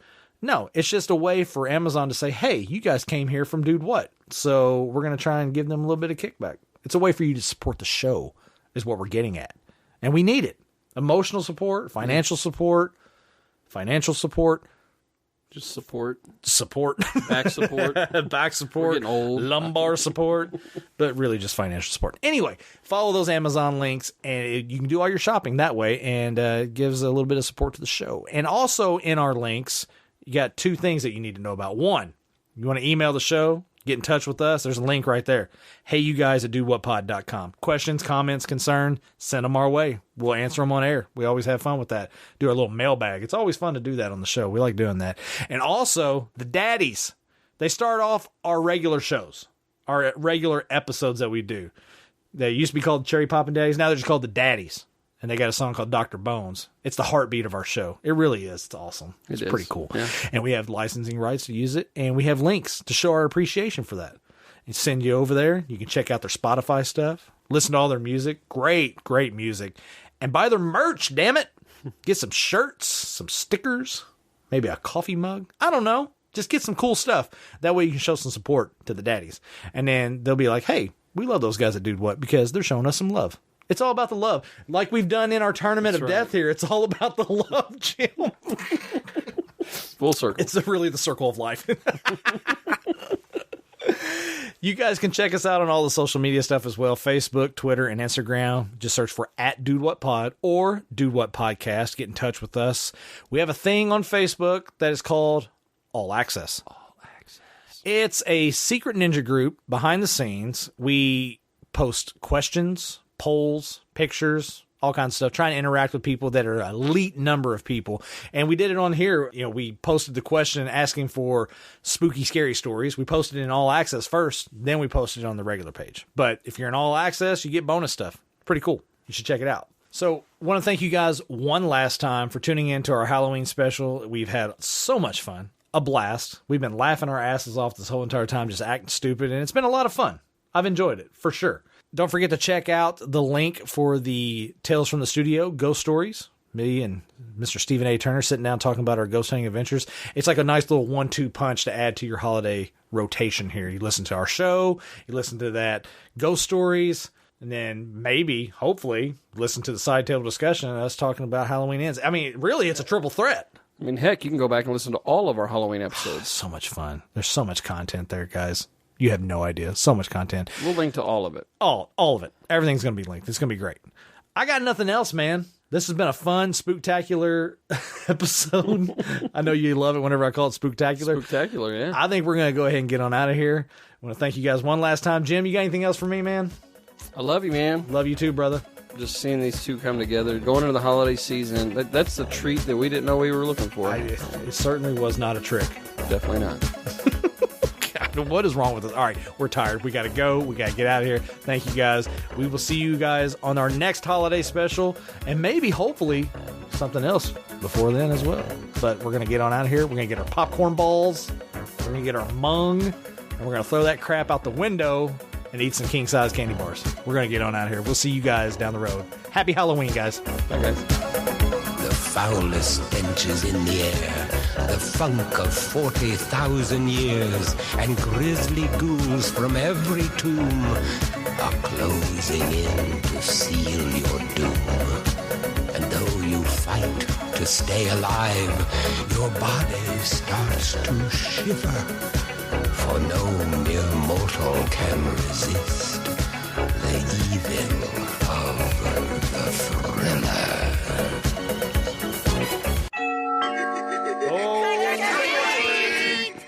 These damn trick-or-treaters, Jim. There's always one that shows up after you turn the light off. Dude, what is it, like midnight now? What are these guys even doing out? This is ridiculous. I'm giving them Brillo pads. That's what they're getting. Nice. Final question, Jim. All right. Looks like we have a trick. Ooh. I like it. Just read it. Which movie death would you prefer to take? Impaled to the wall with a butcher knife by your friend Mike Myers? Or slammed against a tree while in a sleeping bag by Jason Voorhees? Neither one optimal. Ouch. Honestly, I would have to say that slammed in a tree. Why? Because it's in a sleeping bag, so maybe I was asleep the whole time. The other one, like the idea of like a blade and a that would be sticking you to the wall. You just like no. It's literally, that's the coward's way out. But yes, that is what I would say, because hopefully I was still asleep in the bag. Oh God, just the thought of it. You're laying there and some big burly dude, like you're asleep. You're like out of it. Because he's quiet as all get out. Yeah, and just out of nowhere, you're swooped up, and your last thought is, "I'm flying through the air." You pulled out of the tent and whack. The whole time, Michael Myers is roasting marshmallows around the campfire. Mike, you gonna get up and do anything about this? Him and Carrie. Oh gosh. See, the good thing about Michael Myers and Carrie being together as an item is like she can use her telekinesis to put the s'mores together and hold it over the fire. She won't get chocolate on her hands. She's like feeding Michael through his mask. It's a match made in heaven, man. Wow. Okay. I think we're done. So happy together. I can't see me killing nobody without you for all my life.